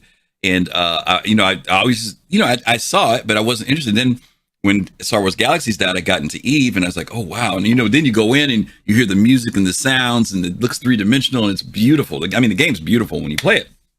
Right. And I got, just like this one, like Star Citizen caught me visually. Eve caught me visually, and I jumped in. But I remember those times when I would be traveling, in a jump, and I'd be, you can look at your ship and rotate around it.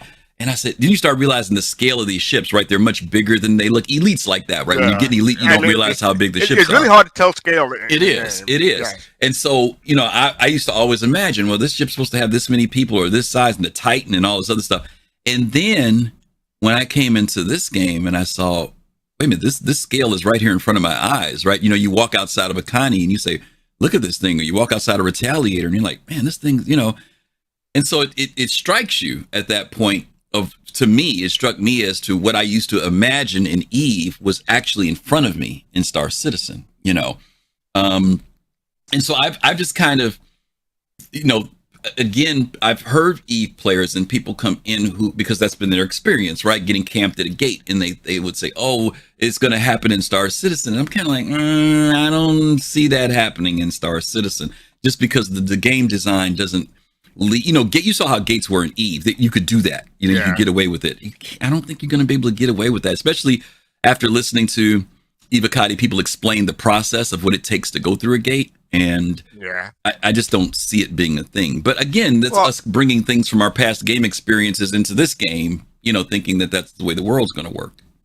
Well, another comparison is the Eve Online had the captain's quarters. That came later in the game. Well, not later, because it's still over 15 years ago. Right. But the captain's quarters, where you basically look at the ship from inside your quarters. It's basically like a personal hangar, which was fabulous. So that's a comparison. That was fabulous. But see, a lot of people never saw that, right? I mean, it just the community pushed back against that, right? When they were trying to go to that. I thought they still had it. I'm not sure. They may no. I'm saying it didn't go any further than that. That's as far as. You're supposed to be the whole walking in station. Yeah. And the community pushed back on, which I think was one of the biggest mistakes they ever did between that and Dust 357. Yeah. That also, but also the walking in station part would put. The captain quarters itself killed your PC. Yeah. It was really. It was rough. Intensive. Yeah, it was, but it was beautiful. It was beautiful. It was beautiful. Yes, it was. It killed your PC. Yeah. I do have a confession. During COVID, I got bored. You went back? Even and CCP put out a mobile version of the Eve game. It's mostly I forget what it's called, Eve Echoes or something like that. Yeah. So I played that for like a week, and then I said, nope, I'm good. All right, FC, thanks, bro. All right, last but not least, the one and the only Togi. Togi, how are you? What up? You got it. So this is 100% Eve. Okay, let's hear it. Can't disagree with you more. All right. Okay. To give you an idea, to to counter Kai's point. Okay. Here, right? Okay. The guy who runs my org Uh-huh. is a former fleet commander of Goons. Mm-hmm. So we're already here. Mm-hmm. Right? It might not look the same, Mm-hmm. but it'll be the same thing. We don't need to shut down a gate. We just need to shut down the stuff that's useful. We don't need to shut down a moon. We just need to shut down the outposts that you're going to. I don't think the scale is there for you guys to do it. The scale is too big. I can do it now. No. You in one system, in with 4 planets. Yeah, there's no way you guys are going to dominate systems like that. You can't even dominate Stanton. There's no way.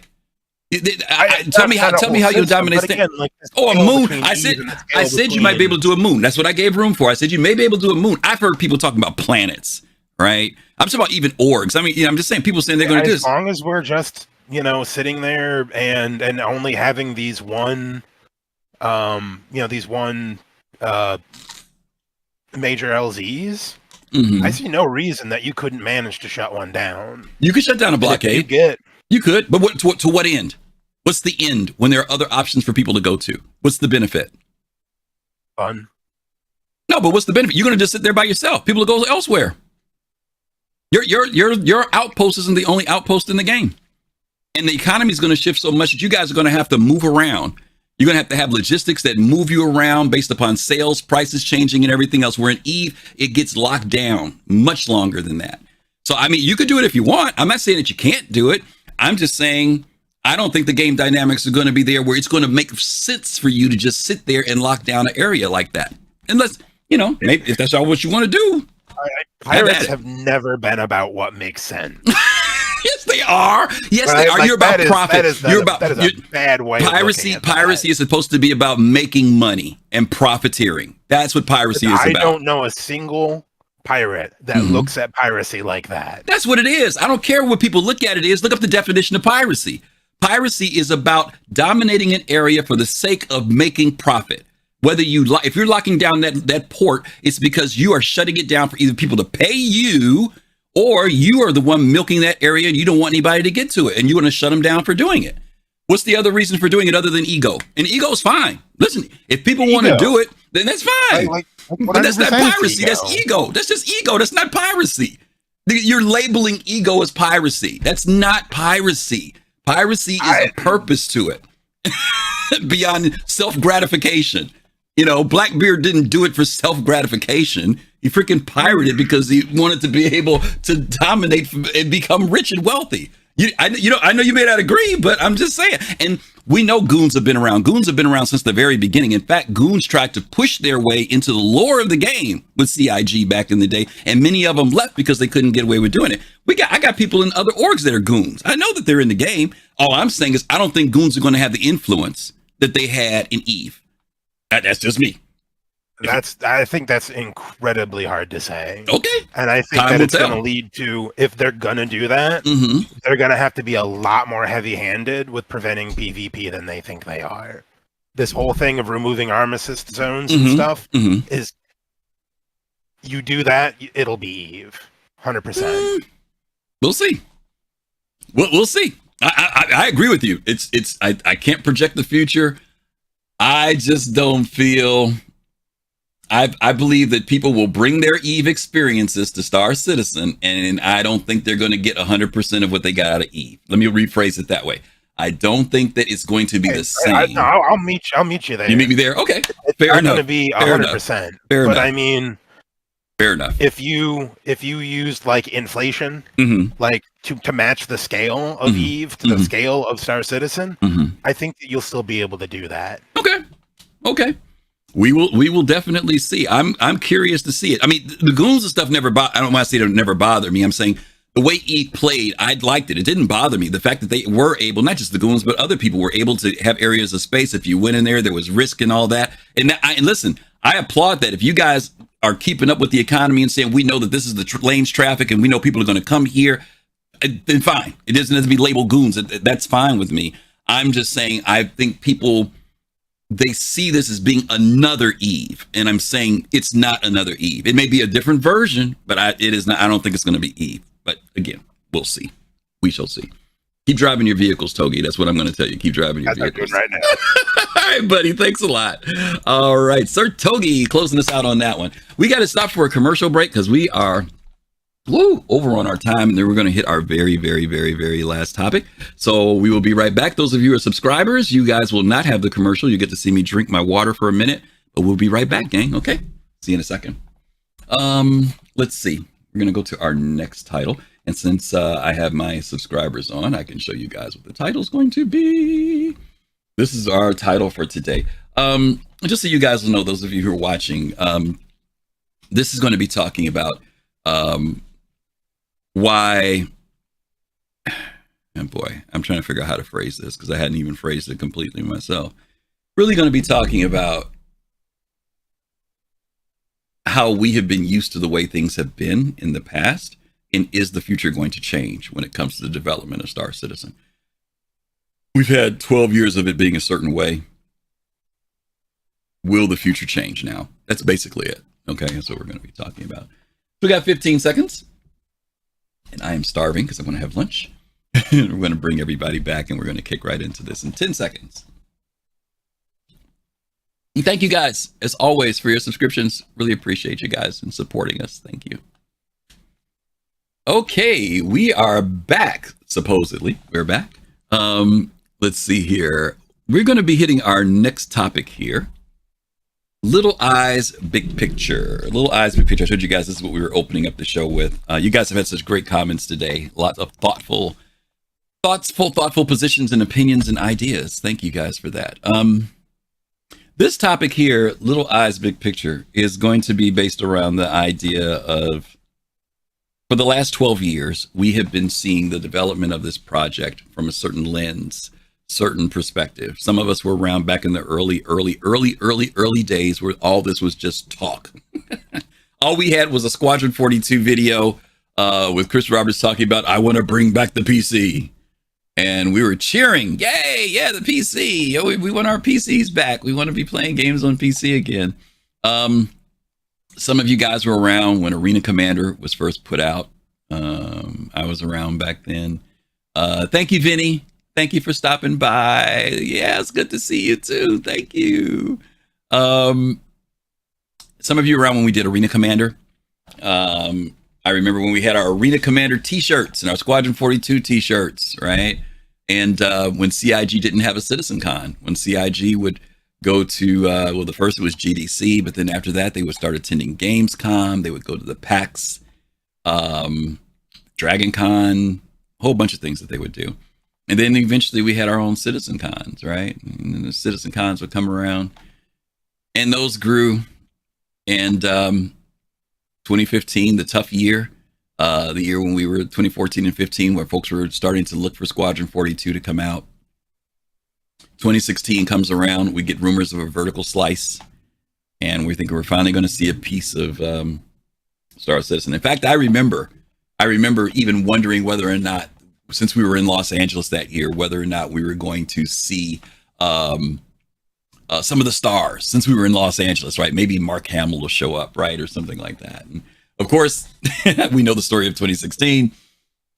We got to get the 3.0 roadmap, but there was no vertical slice.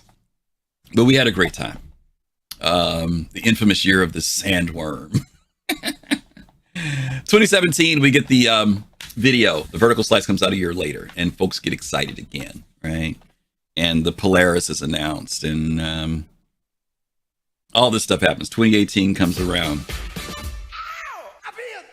Iron Deslock. Thank you, Iron Deslock, for the Prime. Thank you so much. Appreciate that. Happy to have you here with us. 2018, the Kraken gets announced, and all this great stuff happens there in Austin. I was there for that one. Great year. 2019, we have another great year out in the UK or Germany. I forget which one it was. But then COVID comes, right? And we go through 2020, 21, 22, 3 years, no CitizenCons. 2024 comes around, 2023, 24, 23, 23 comes around. And we have a CitizenCon. Last year, though, CIG made an announcement. And 2 years before that, let me go back to 2019. There was this statement, or 2021. 21. CIG says that they're doing all hands on deck with working on Squadron 42. That resources are going to be getting pulled. Some of them are going to get pulled from working on the persistent universe, and they're going to start working on Squadron 42 because they want to get it out. Rumors float around that they want to get it out within the next 2 years. Anyway, to make a long story short, CIG puts all its efforts into getting that going. We start to see there's still stuff coming out for the persistent universe, but we could definitely feel that it wasn't as much, it was slower. We heard that tools and stuff had been developed into a great place and that they were starting to do more, but we weren't seeing it reflected in the persistent universe. But we were seeing these long progress newsletters on Squadron 42 with all this stuff that was being done, right? Including folding bed sheets and stuff, right? Speed up the clock a little bit here. We get to CitizenCon last year in October. CIG tells us that Squadron 42 is now in its polished state, feature complete. They come a little bit later and tell us that it's game feature complete and content complete, and that they're polishing. And that's all we know right now, is that they're polishing, right? So they've also said that the resources now are shifting the other way. That now they're going to start putting all their efforts and energy into the persistent universe. And back in CitizenCon, even though a lot of us were very excited about what we saw on the screen, there was still a bit of cynicism in the community. Chris Roberts comes out and says, we want to put these things in your hands within the next 12 months, right? We come back from CitizenCon, end of the year in December, we get 3.22, which has quite a few things in it that are pretty cool. Then Disco says, within the next 6 months, we want to give you a whole bunch of stuff, right? And there's still some cynicism, you know. People are like, okay, we'll see. And it's okay, you know. We'll see. You know, we've heard that before. We'll see. But guess what? Within that period of time, right? October, we'll see. November, December, January, February, March, April. 6 months. In 6 months, we have gotten all this cool stuff. We've seen glimpses of what Pyro looks like. We know that static server meshing is starting to work. We've heard the numbers about player population capacity on servers going up to as high as 750. We have tested Pyro a few times. We have also gotten 323 in the EPTU. Hopefully they're moving it to either the EPTU or live before Invictus. So they followed through so far.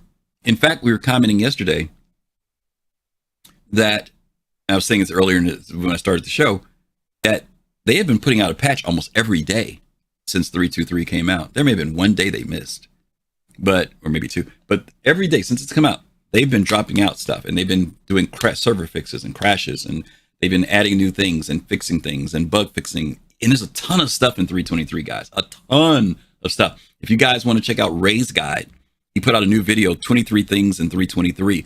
Check it out. It's a very nice shortcut list of things. If you're wondering why certain things don't work, he's hit all that stuff in there. Yeah, I know, Danger Hobo. No cargo, no hangers. I'm getting there. Okay? No cargo, no hangers is one of the only things. Now, it's kind of funny, Danger Hobo, that you would say that, because on 322, they gave us all the stuff they would give us 322, and there was one thing they left out. You know what it was? It was fog and clouds. And people went crazy about fog and clouds. Since when have people been worrying about fog and clouds in the game? But for some reason, because they said they were going to give it to us and we didn't get it, people raised the stink about it, right? Fog and clouds are in the game now. Okay. The cargo's coming, Danger Hobo. I know, I'm a cargo person. I'm an industrial person. I am into that type of stuff. But you know what? I want it to come, and I want it to come right. And they talked about the fact that they put it in the game because it impacts a lot of stuff with inventory. By the way, inventory is changing dramatically, y'all. Dramatically. Don't start that promise stuff, Asgard. Let me tell you something I did last night. I was loading up my character, right? And I was putting on, arm, torso, legs, arms, backpack. I go to put stuff in my legs that I can normally put in my legs. Like normally I could put like all my food and meds in my legs. I could put one bottle of juice, one MRE, and one med pen. That's it. They have cut inventory down. Chest, torso was the same thing. I had 5 magazines of S71. I had 5 magazines of A03. I had 5 magazines of the Arclight. And that was 25% of my backpack. 25% of it was gone. In my torso, I had a med gun, something else. I was at 98%. They have cut that inventory down because now they're going to be making us start to realize what it means to keep things on your ships, keep things in your hab, start using the item-based thing. All that stuff is kicking in now, okay? So the game is going to be changing. So here's the question with little eyes and big picture. We've been looking with little eyes. I think we as backers have been looking at only what's in our hands. We're not paying attention to the vision. We're not paying attention. Maybe it's because it's hard to believe. Maybe it's because it's so ambitious that we can only take it in small bites. But I think we need to start looking at the big picture now. I think we need to move beyond just that and start thinking about where are they really trying to go with this game? What is it they're trying to achieve? Because I think Kai mentioned some good points earlier. Stunner mentioned some good points earlier that the game is evolving and it is going to change into something else. And I want to ask you guys about that today. I want to ask you about what is the big picture you're seeing about this game now? Now that you've got this stuff, now that you see what some of you see what's in 323, we're at wave 3. Some of you need to go in there and take a look at it. The game is changing. And I'm not talking about, well, all I see is that they're changing stuff. My question is, why are they changing? Where are they going with it? Where do you guys see this game is going now? Is it the game that you thought it was 2 years ago, 5 years ago, 7 years ago? Is it the same? Maybe you did. Maybe 7 years ago you saw this and said, "This is I hear what Chris is saying. It's going to take us a certain road to get there." Maybe some of you thought the game was going to be one thing, and now you're saying, "Whoa, this game is becoming this now." Okay, really want to know what you guys think about that. Okay, let me start bringing some folks in. Let's talk about what you see as the big picture. Bringing Captain Serious Fun first. Cap, how are you? GriffinGamingRPG. Good. Greetings. How are you? Good, man. So, I've said a version of this in other contexts, but I'll articulate it again here.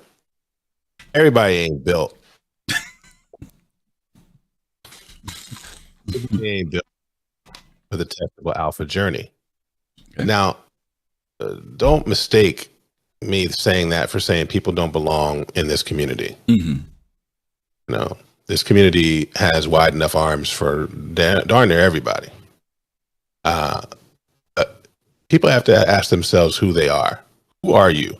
It's this testable alpha journey. Are you somebody who can track this thing day to day? You have to look at it week to week. Yeah. Are you a monthly report, month to month person? Are you patch to patch? Are you purchased to 1.0? That is, do you need to, when you purchased a game, walk away until 1.0 arrives? Right? Got to figure out how you're built for this testable alpha journey. And I think that it will inform. I'm not browbeating the haters, Teja Hobo, but I want people to be okay, right, across the journey. I want them to find some way to be okay across the journey. My best case scenario, I'd like them to enjoy it. So I enjoy looking at this thing day to day, and part of looking at it day to day, every position on that continuum gives you a different perspective on the game, right? A part of looking at it every day is we get to say things like, oh, and getting a patch every day this early in the patch process or towards the middle of the patch process, that's new. It might be the case that 1,200 employees and the concomitant development, the dev growth has produced a new pace, right? So another argument to this thing is we have not experienced Star Citizen development beyond the Squadron 42 milestone that was illuminated at CitizenCon. Right. That is, devs who have come over now from Squadron 42 to work on stuff on the PU and Star Citizen, we can't say that we've seen these numbers before. Right. So the pace that we're going to see is new for everybody. Right. Where are we going? I'll finish with this. 7 years ago, I was entirely focused on Squadron 42. To be clear, I was not really focused on the PU. 5 years ago, I began to see what the PU could be. 3 years ago, I was all in. And today, my guess is that where we are going is what Tyler said to Linus Tech Tips and Tech Longer. We are going in the direction of the most uncompromised, ambitious, tech committed universe sim that has ever existed. Yeah. Right. And that their goal is tens, if not hundreds of millions of people who this is their second life and who don't come out of playing the game except for the essentials. That's a vision statement. Right. But for me, a vision statement where you're going has to come after a mission statement. Mission statement is who you are and what you do, right? And we've seen a sort of calcification, a sort of coming together, a sort of concretizing of CIG mission. And given who they are and what they do now, given our understanding of that, we can see better than ever, I think, where we're going, right? Now, the final thing I'll say is, and Kaizen has been outstanding at articulating this, which is we are going from 1 million players with 1 million slightly different visions on where we're going down into a frame where the game is actually going to be executed and choices are going to be made. And everybody ain't going to be happy with those choices. Right? We are not going to be able to stay in the place of infinite possibility. As we get more and more systems and features in the game, the feature will be a feature. Now, the feature might be tier 0 or tier 1 of the feature, right? The feature might be growing in its feature-ness, right? But it will be a thing. And in being a thing, it can't be all the other things, right? And so people who were committed in it being something else than what it ends up being may in fact be unhappy. My hope is that for folks who are focused on one feature or a couple features and are not quite exactly the way you want, will hang around and hang out and see how the whole thing works together. Right? Yeah. It's not just the features, but it's the meta experience of the features integrated with features to create a whole set of experiences that might be very interesting in the long run. Yeah. So that's where I think we're headed. I'm glad you said that, because that's the thing that I'm asking about, the big picture. It's very difficult for us as players. We all have, like, when I look at Star Citizens, what do you want to do in Star Citizen? And I'm, like I said earlier, I'm an industrialist. I love trading and things like that. So it's easy for me to focus on what's the Orion going to be like, right? Or what's the Expanse going to do, right? And not think about the Hawk, right? Not think about the Cuddy Blue, right? I'm focused in on what it is I want to do in the game. CIG has to look at all of that and then make sure that they all find a way to interweave and support each other in some form or other, or how they impact each other. You know, how does my vulture impact the person who's in a stalker, right? It's very easy for me to talk about, I want to run my whole C and I want to do blah, blah, blah, blah. But does that whole C in some way or other interact with what the multi-tool is going to do, or what the cargo does, right? So, and I'm saying this because I saw a comment that 90 made earlier, and I know 90. Thank you for making the comment, because I think it's a good point to wonder about, where people have said, or there's a sense of feeling that CIG is just flying by the seat of their pants, that they're making it up as they go along. You cannot run a business that way. Your investors will not let you run it that way. Managing people, it feels that way because sometimes all we have is what we have in our hands. And sometimes changes feel like, why did they do this? Why did they go back to this? Why did they deliver this? But unfortunately, the deficit that we have as backers is we don't see the big picture. And it's not because we don't want to. Some of it is because the curtain just has not been pulled back enough. There have been too many people who've gone to work for CIG who have said this. These are their words. Before I started working for CIG, I thought these people didn't know what they were doing. But when I got there and I saw the big picture, I realized how big and ambitious and what this is taking to make this game. Guys, check out the co-pilot's video. The co-pilot worked there for a year. And he said the pilot, right? Yeah. The pilot. I said the co-pilot. The pilot. And he said he was critical of CIG about this, that, and the other till he went there to work. And when he came back, he said, they are the hardest working people and they know what they're doing and where they are going. Okay. And I know it's tough because we only have so much stuff in our hands, and it's very easy to, I've felt that way sometimes, say, wow, they're doing this, they're going back to this. I wish they brought this back, blah, blah, blah, blah. But then as time goes by, something happens. And to your point, Cap, it ends up being even better, than what we had before.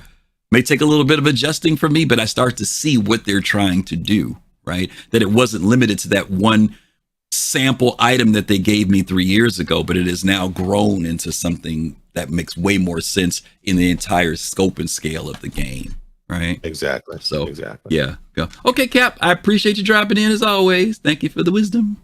No problem. All right, let me bring in Pops in Space and then Stunner, and then we're going to wrap it up. Pops. Is Pops there? Can you hear me? I can hear you. Yeah. Okay. Yeah. I'm going to say it in this context. Okay. Little I, big I. Little I to me are the placeholders. Okay. And I'm going to give some references. The 600 we had a placeholder. Now they're changing it. They're moving it. Water. We got a placeholder. Mm-hmm. Just mentioned inventory. Mm-hmm. That was the placeholder. The way we fly our ships was a placeholder. They gave us these things so they could get data and whatever they needed to collect it. Now we are getting stages of the big picture. Okay. To me, that's what CitizenCon was about. I mean, we got information on Squadron 42, but what we got was a whole bunch of things. And let's take the star map. The star map that we had was a placeholder. Mm-hmm. Yep. It is now moving to what we are going to get. And people are like, oh my, just like you said, oh my God, they didn't know what they were doing. Oh my goodness, this inventory changing. See, I told you they don't know. We got placeholders. Okay. And now we're getting the big meal or whatever you want to call it. Okay. That's my opinion. That's fair. Appreciate that, Pops. Thank you much. All right. From placeholder to, I don't know, big picture. And some of it's still tiered, right? I mean, they're still evolving. They talked about the fact that things will continually grow beyond where they are right now. So even the inventory and stuff we're getting out of the star map we're having, they just said Friday, it's not done. There's more stuff they want to do. All right. Last but not least, let me bring in Stunner. Stunner, are you there? Hey, yes, sir. So, up front, I just want to put out a disclaimer. I fully admit that I have drank the Kool-Aid. I walk around with Hopium IV. I definitely admit that. But, I would just encourage some people, to rewatch the Star Citizen Live from Friday and watch it a second time. I mean, it's very good based on the topic that it was for. The Q&A on the UI, but watch it a second time and don't pay attention to the questions being asked and the direct answers to the questions. Watch it from the standpoint of those developers that are on that show are very, very nervous in the beginning because they're not used to being on camera and everything. And as they're talking about the job they do, they are so enthused and so passionate about what they do. It comes out, they come out of their shells. It's really, really cool to see and to watch how they progress throughout the show. But also pay attention to the way they answer some of the questions and some of the things that aren't related just to the topics they're talking about. And that's kind of getting to my point. I remember my first year, which was only back to 2018, that, I was really following the project. And I was very salty. I fully admit it at that point.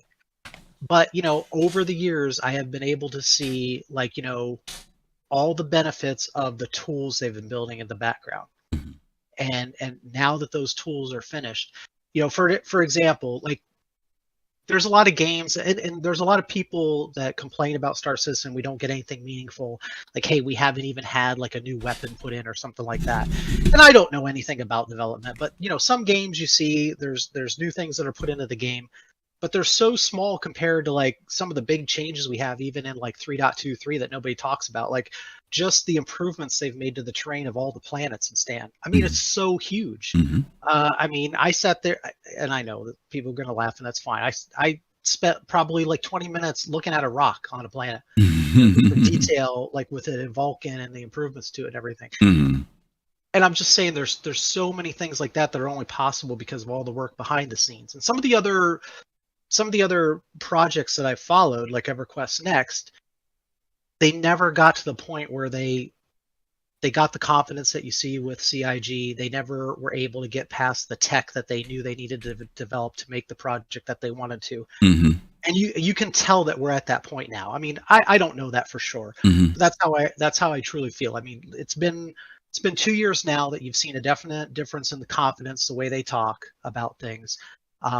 You know, it's not like we hope to get this done. You know, they're very, very passionate about it. They've got all these things working, and it's just, you know, there's a whole host of things that are going to make this game different. And again, you know, just a little thing like Jared talked the other day. He was he was actually trying to downplay a comment that was made about the transit systems being reworked in the cities.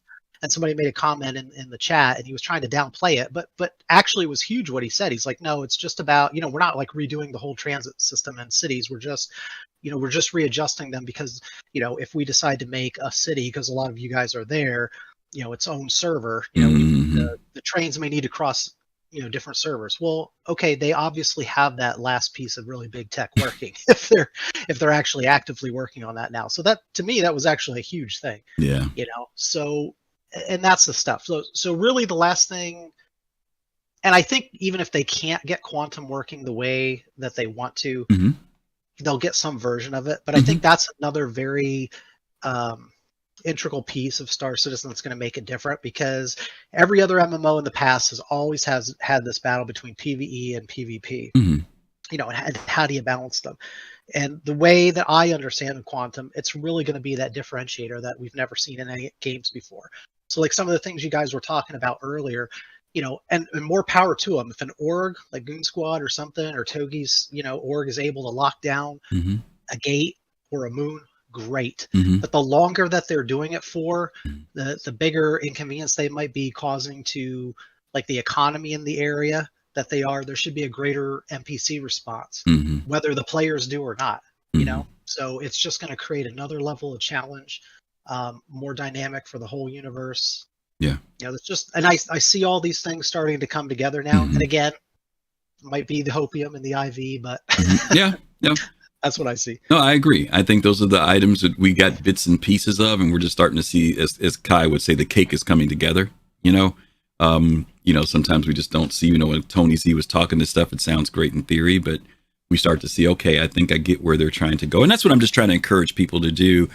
I know we have to go with what we have in our hands. That's all we have. But I think we're at a place now where we can start to look at it, and it just doesn't become a theory crafting thing, but we actually do start to see, okay, I think I see what they're trying to do with this game. You know, that's all I'm trying to encourage people to do, is just see it from that perspective. Okay. Thank you, Stunner. Appreciate you. Yep. Last but not least, the sneaker in, as always, comes in a little bit of madness. How are you, How are you, man? Hey, I feel good. Reload, thank you so much. 21 months. We appreciate that. Hope you are doing well, my friend. I haven't talked to you in forever. Hope you're doing good. Madness, you there? Yes, I'm here. Can you hear me? Whoa, there he is. Yeah, how are you? You're a bit quiet for me. Sorry about that. Oh, okay, no problem.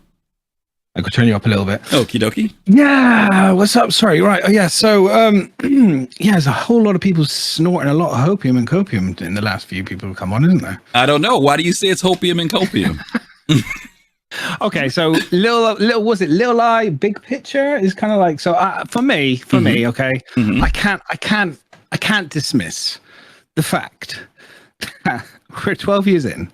They've had years of data on stuff, and they still fuck it up when they bring in new things, especially things like UI when you can't read stuff. It's like, in all honesty, in my honest to God heart, when I look at things, I go, we go, yeah, they know what they're doing, they get this shit, they're going to get it right, and yet they still implement ships with things now that still don't work. Some new ships, whilst they get to gold standard, then all of a sudden they still don't have certain things within them that work.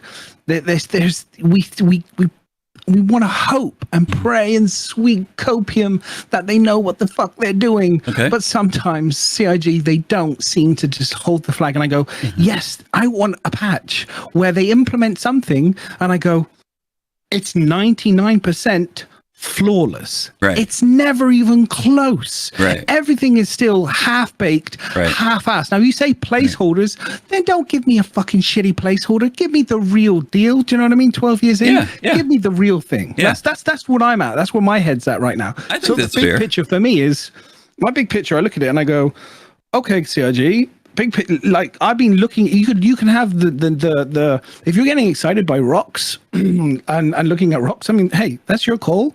But like, I'm like, god damn, you know, like where is the Tony Z's economy? Right. You know what I mean? Like, Right. I mean, come on. Where is this Let me answer your legendary question. dynamic economy? You've put out 5 questions that kind of boil into one, which is, if you're going to give it to me when it's working, right? Okay, right. And okay. they still don't give it to us. Wait. And let me give you the answer to your question. Play the game when it's finished. Well, that's what I am. No, you're not. You're not playing a finished game. You're playing a game that's in development, and this is normal. Okay. Here's the kicker.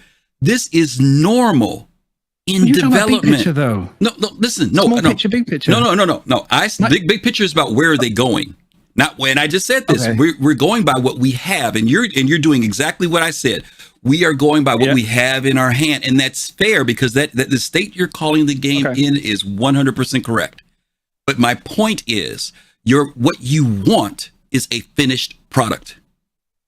And this ain't it. What I'd like to see I'd like to see them is deliver better on what they've already implemented. So that my bigger picture is these guys are going in the right direction. What I see on many things, Griff, is that they don't implement those things to the right standard, to the standard that needs to be finished. They seem to keep making the same mistakes. It's not even like they make totally new. I can forgive them when they bring salvage in and things are different or new. Because when you implement, like, how many years have they had on the star map and they still get bits of it wrong? They still don't make it see the UI. You know what I mean? I kind of go, what's that all about, CIG? Come on, man. You've had years. And here's the deal. And I trust me when I say this, Manus. I get what you're saying. I honestly do. I honestly get what you're saying. I honestly do. Honestly, okay. I think that. Let me put this as a real quick disclaimer. I think CIG makes bad calls. I've seen them do bad calls in their marketing. I've seen them do bad calls in the development process. Like, you know, the way they give us things. I've seen them do bad calls in communication. I've seen them do all types. So believe you me, I do not want to give anybody the impression that CIG does no wrong and they know exactly everything on point. So let me say that right up front. What I am going to say is this, though. When I played the other day, I was in with some friends. We played for 4 or 5 hours that night. Nothing went wrong. And because of that experience, it would be very easy for me to say, I don't know what you're talking about. Because everything we did worked fine. Then there are those things. Yesterday we were in the game and could not get out of our ships. Now we went to the same place we went to before. A new patch comes out and nobody ranted and said, you know what, this is working the other day. How come they effed it up again? Because everybody who was in that group understands that we're in development and it happens. Because where one thing breaks down over here, these people over here had a great experience and everything worked out fine for them. And then there are other people who go in and they can't even log into the game. And unfortunately, until it is a finished product, that is the byproduct. That is just the way it is. And if people want a game or a live game experience that says, when I come into the game, elevators should be still working because they've been flying through the walls for the past 8 years, which I can agree with, you just have to tell yourself that's a part of where we are right now. And should it be better? I feel like it should be. I feel like I shouldn't have to watch trams go off the rail. We were in Microtech the other day. This thing freaking took me to the moon. I was flying through the sky and the clouds and everything else, where trams in 3.22 are running fine. But when it happens, it happens. And I've told myself that, because guess what? Even though that happened, something else was happening that was getting better. That's progressing. So I get it. I agree with you that it's very frustrating. It's aggravating. Some things have been in the game for years that keep, as soon as they get it fixed, it seems like boom, it falls apart again. But it's not even that they get everything fixed, though, Griff. Like I'm saying, it's like they implement something new. My point is you're talking about, like I say, little eyes, bigger picture. When you look at some of the little things, the things that you see, you go. If you're saying, if you want to have that copium of like, oh, they're getting it right now. Now, do you know how many times I've heard every single year, different backers over the last 8 years, every year, it's that same sentence. Next year is going to be better. This year is going to be improved. Now, they have made improvements. There's no question. There has been some things that have moved forward. Right. But when I look at the bigger picture on many things, I look at it and I go, it's going to take you 20 years because you still get all these other things wrong. You know what I mean? That's really what I'm trying to get at. It's not really like we're not moving forward. It's not that I don't get those experiences that you talk about. You get those 4-hour sessions. God damn, I love this game. I've been around the project for a long time. I think it's amazing. There's no question about it. It's not really that. It's just when I look at the project, sometimes I just get utterly like bewildered by people's insane, like they think so many things are going to happen. I go, they only just got NPCs to maybe not stand on a chair, you know what I mean, or sit on a chair, and it's just, and then the people are going off to crazy land. It's like, do you know what I mean? It's like, I feel like I'm taking crazy pills from No, you're not taking crazy pills. No, you're not taking crazy pills. Well, here's the deal. You know what I mean? I know. I got to wrap up, but let me say this to you just to give you a glimmer of hope. They don't stand in chairs in 3-2-3. Yes, I've heard. I know, like how many years? I know, and it's like finally they don't stand in chairs. Okay. Yeah, it's just one of those things that is just, I just look at it and I go, snail's pace of development at times. I know that there's a major, massive milestone of technology that needed to come in. I'm not stupid. I've been around long enough to know, server meshing is massive. And, we know that the dynamic economy they have mentioned won't come in until server meshing is in. They've always said there's no point bringing it in until that's in. Right. So when that's in, server meshing, which we've talked about already, then we should see the dynamic economy. We should see it be implemented. I'm waiting for that. That's a big one for me. That's the brain of the game, because that's really important. I think, to your point, in terms of you thinking big picture, in terms of things, you could say, a lot of these other things need that in order to be dialed in before they bring everything else in order to work, because there's no point really, like to the person's placeholder point. Sure, I get that. But there is a part of me that goes, it's just that's a bit of getting frustration of like, why are we wasting the time? You know what I mean? It's like, why, you're just keeping people employed for the sake of keeping employed, it's like, I know it feels that way, and I get it. Trust me, frustrations. I always tell people I never dismiss frustrations, honestly, regardless to whether you're deeply invested in this game or whether you're just a brand new person into it. Frustrations are there because we basically, whether we admit it or not, we see what could be, right? We see a great game that could be, and we all want to play it, right? We all want it to be good. We want to be able to play it not just once, but play it over and over. We want to enjoy it. But again, it's tough. That's all I can say about it. I'm not making any excuses. It's just tough, and I think your points are several of your points I would have to agree with. But we'll see. I got to get going because I got one more person who just dropped in. But madness, just being that voice for some of those people out there who maybe are frustrated too. Don't worry, you're not alone. There's a lot of us out there. There you go. It's totally cool. You're not blind. Not everyone's on copium all the time. Gotcha. It's all good. All right, buddy. Thanks a lot. No worries, dude. All right, good old madness. Let me bring in Kusanagi as the last one, and I gotta wrap up after this because we got to go to Paul's show. Admiral, you there? Guess who? Yes. No, it really grinds my gears. Yeah, the grinds my gears segment. People play the goddamn PTU and then want to complain about it. Well, it's frustrating. I don't want to dismiss frustration. I've said this before, guys, and I don't want to beat this drum because I know people say, "Oh, he's just white knighting." Listen.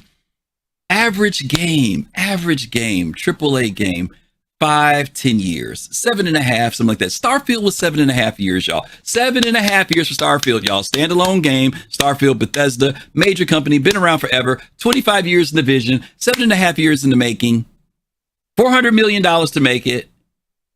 Go look at its rating on Steam right now. Go look at it. Yeah, nothing against a little bit of madness, but he's got some good points. Oh no, he does. No, madness is cool. But I'm gonna say this real quick, Amber. I gotta say this. We keep looking at a time frame and saying, well, 12 years has gone by, and admittedly, yeah, it's been freaking 12 years. I was working. I'm retired. Some of you were in high school. You're out of college. You got a family by now. I get it with time. If we want something that is not what is happening in the industry, if we want something different, if we don't want the same old stuff, there's two factors. There are two variables that are crucial to that happening, whether we like them or not. One of them is money and the other one's time. That's it. Those are the only two variables, because with money and time gives opportunity for development and creation and delivery. And sometimes we want delivery to happen because we say, well, it only took this game so many years to come out and this game only so many years to die. Yeah, are you still playing that game? Is it still there? Are you still going back to it? Or are you talking about a certain experience that lasted you a couple of months or a couple of weeks and you moved on to the next flavor of the month? So I know it's tough. I'm not taking anything away from the fact that this is a tough wait. But Captain Serious Fun, when he talks about that, he says, you have to be built a certain way to go through this. And it's not a negative, y'all. It is just tough.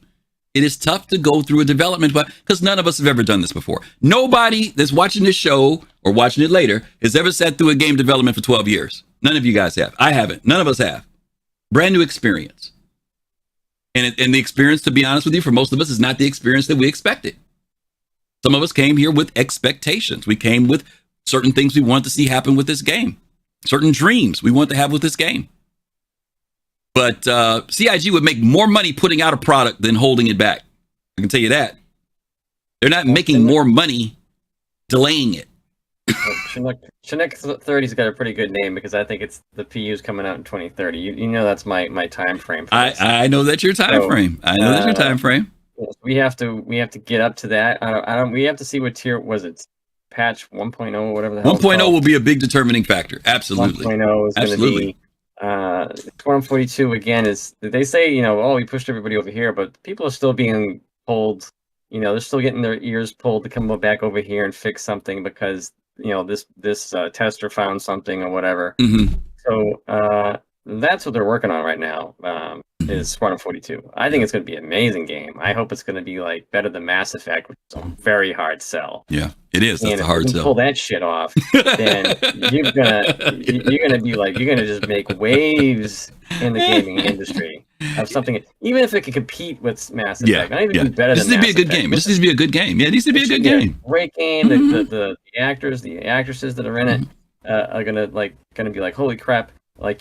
When they release the Gamescom, and then the idea is get all those people in here with way more money, and just the purchase alone of the game is going to put another 1.2, probably $1.5 billion into the development stuff. Yeah. Citizen, the PU. Yeah. So, and I'm not talking about the games coming after Squadron 42 because we do know it's a 3-part series. That's the way I look at it, and I really think that they're all that we know now. The tech that has gone into Squadron 42 is now being pushed into the PU. It has to this is like a crappy puzzle board, where you got some rough pieces, and you're like, who the hell made this shitty ass part? And you're there with your scissors trying to make it fit right because you got this old code that has been just like, oh, well, let's leave it in there. It has been there from 2014, and they're just trying to get rid of that old stuff so that when they put something in new, it'll actually work right. Right. So I've been said for years they have band-aided this game for every goddamn patch. They would never go in and find the problem. They would just put a band-aid on it, so then another patch comes in and it'll rip the band-aid off, and they're like, oh, apparently that we didn't fix that before. It's like, yeah, because you didn't give a crap about it because you knew you were going to change it in the future. So that's what we've been dealing with for eons, it seems, for many people. So well, let me say this, Admiral. That's the way I look at it, and that's fine. I want to go on 2 points. You guys playing the PU and the EPTU, and I'm just having fun playing Helldivers, man. That's all. Yeah, I still listen to you guys. Yeah, it's just like, sometimes I'm listening to you guys and you're having a great time. You're like, oh, this is so cool. Check this out. And other times you're like, man, I can't even get in the goddamn elevator. Right. Or like I fell through the elevator. And I'm there like, woo. No, that's the way it is. But again, the reason why these people play it and continue to come back every night and play it is not because of hopium or copium. It's because they understand it. No, it's just they understand it. They're willing to say, I get it, and this is just the way it is. And now, mind you, we want more. Don't think that we're settling for it. Like, we're just happy with what we have. I'm just saying. Stop settling, Griff. Stop settling. Their perspective is just the fact that, okay, we get it. We'll see what happens. Anyway, I got to move forward, Admiral. Thank you. And by the way, to your point, look forward to 4.0, gang. Look forward to 1.0. And I think Admiral's point is well made. When we get there, I think we'll have a better idea of seeing what the big picture is, because right now it's still kind of difficult to tell. All right, Admiral. Thank you, bro. They might release 1.0 at CitizenCon. Oh, we'll see. He's predicting that. All right, bye, Admiral. Bye, Admiral. Admiral's doing his predictions. I can't do predictions. Okay, we got to get out of here because we got to get to our next show here. Real quick, gang. Let me, why is this not changing? Oh, there it is. Okay. Today is Podsat Saturday. We have to, we've got some changes coming up that I need to announce to you guys. First off, next Saturday, beginning in May, this show is going to be starting 1 hour earlier. We're doing that to kind of keep in line with what's happening with Podsat Saturday. Paul Selly's show, the Astropub, starts earlier now. He's already on. And so I want to get you guys over there. Right now, he has Execute and Nazareth on with him today. So I want you guys to get over there and see that show. But instead of starting at 3 p.m. Eastern, we're going to be starting at 2 p.m. Eastern starting in May. That'll be our new time slot. So we want you guys to know, be an hour earlier. We'll put stuff out this week to remind you of it, just so you'll know. And then also for tomorrow, where's it at? There we go. Tomorrow on Soul Citizens, 7 p.m. Eastern time, because that's an hour earlier now. We're going to be reviewing update 3.23. We all know that it is still in EPTU. We know that we're up to wave 3. A lot of you guys have access to it now. So we want you guys to be able to come and join us tomorrow. Let's talk about what's working, what's not working, what we like, what we don't like, what we think is going on with the community, and how they're receiving this latest update to the game. Many people say this is one of the biggest updates that they have done since 3.0. And I would probably say they're right. There's still more to come. We know that they still got the cargo in the hangars. That's still going to be coming in one of the Point X updates that'll be coming afterward. But for right now, there's a lot of stuff in there now. And you guys as players are really going to have to do a lot of adjusting. There's a lot of changes. Once again, I want to recommend Ray's Guide, the episode that came out just the other day called 23 Things for 3.23. It's a great shortcut course to get you to know what's been changed in the game, especially with keybinds and things like that. So check that video out. I think other than that, I think that is it for the day. I want to thank everybody who came by and gave their comments today and shared their thoughts regarding where we are. Thank you guys for the whole Little Eyes Big Picture conversation, which was really great. Those of you who sub, those of you who follow, thank you guys so much for your constant support. And of course, all the great conversation. I was trying to watch all the stuff in chat. You guys are saying so many cool things and I couldn't keep up with everything, but you guys, as always, make this show very, very, very, very special. So thank you guys for that. We are going to, where my raid thing is gone. Oh my God, my button's changed. We're going to set up our raid now to go over to Mr. Paul Shelley at the Astropub. Again, join in on that conversation. I'm sure they're talking about 323 plus some other cool stuff. Really appreciate you guys as always. Don't forget to check out our merch. Don't forget to like and follow and subscribe. Please like and follow us on YouTube also, as well as here at Twitch. We really appreciate all the support that you guys have given us. And we've got some new stuff that's going to be kicking off in May that we're going to share with you guys on later. But until then, as always, stay safe, take care of yourselves. And as always, peace, love, and soul. Talk to you soon. Ciao.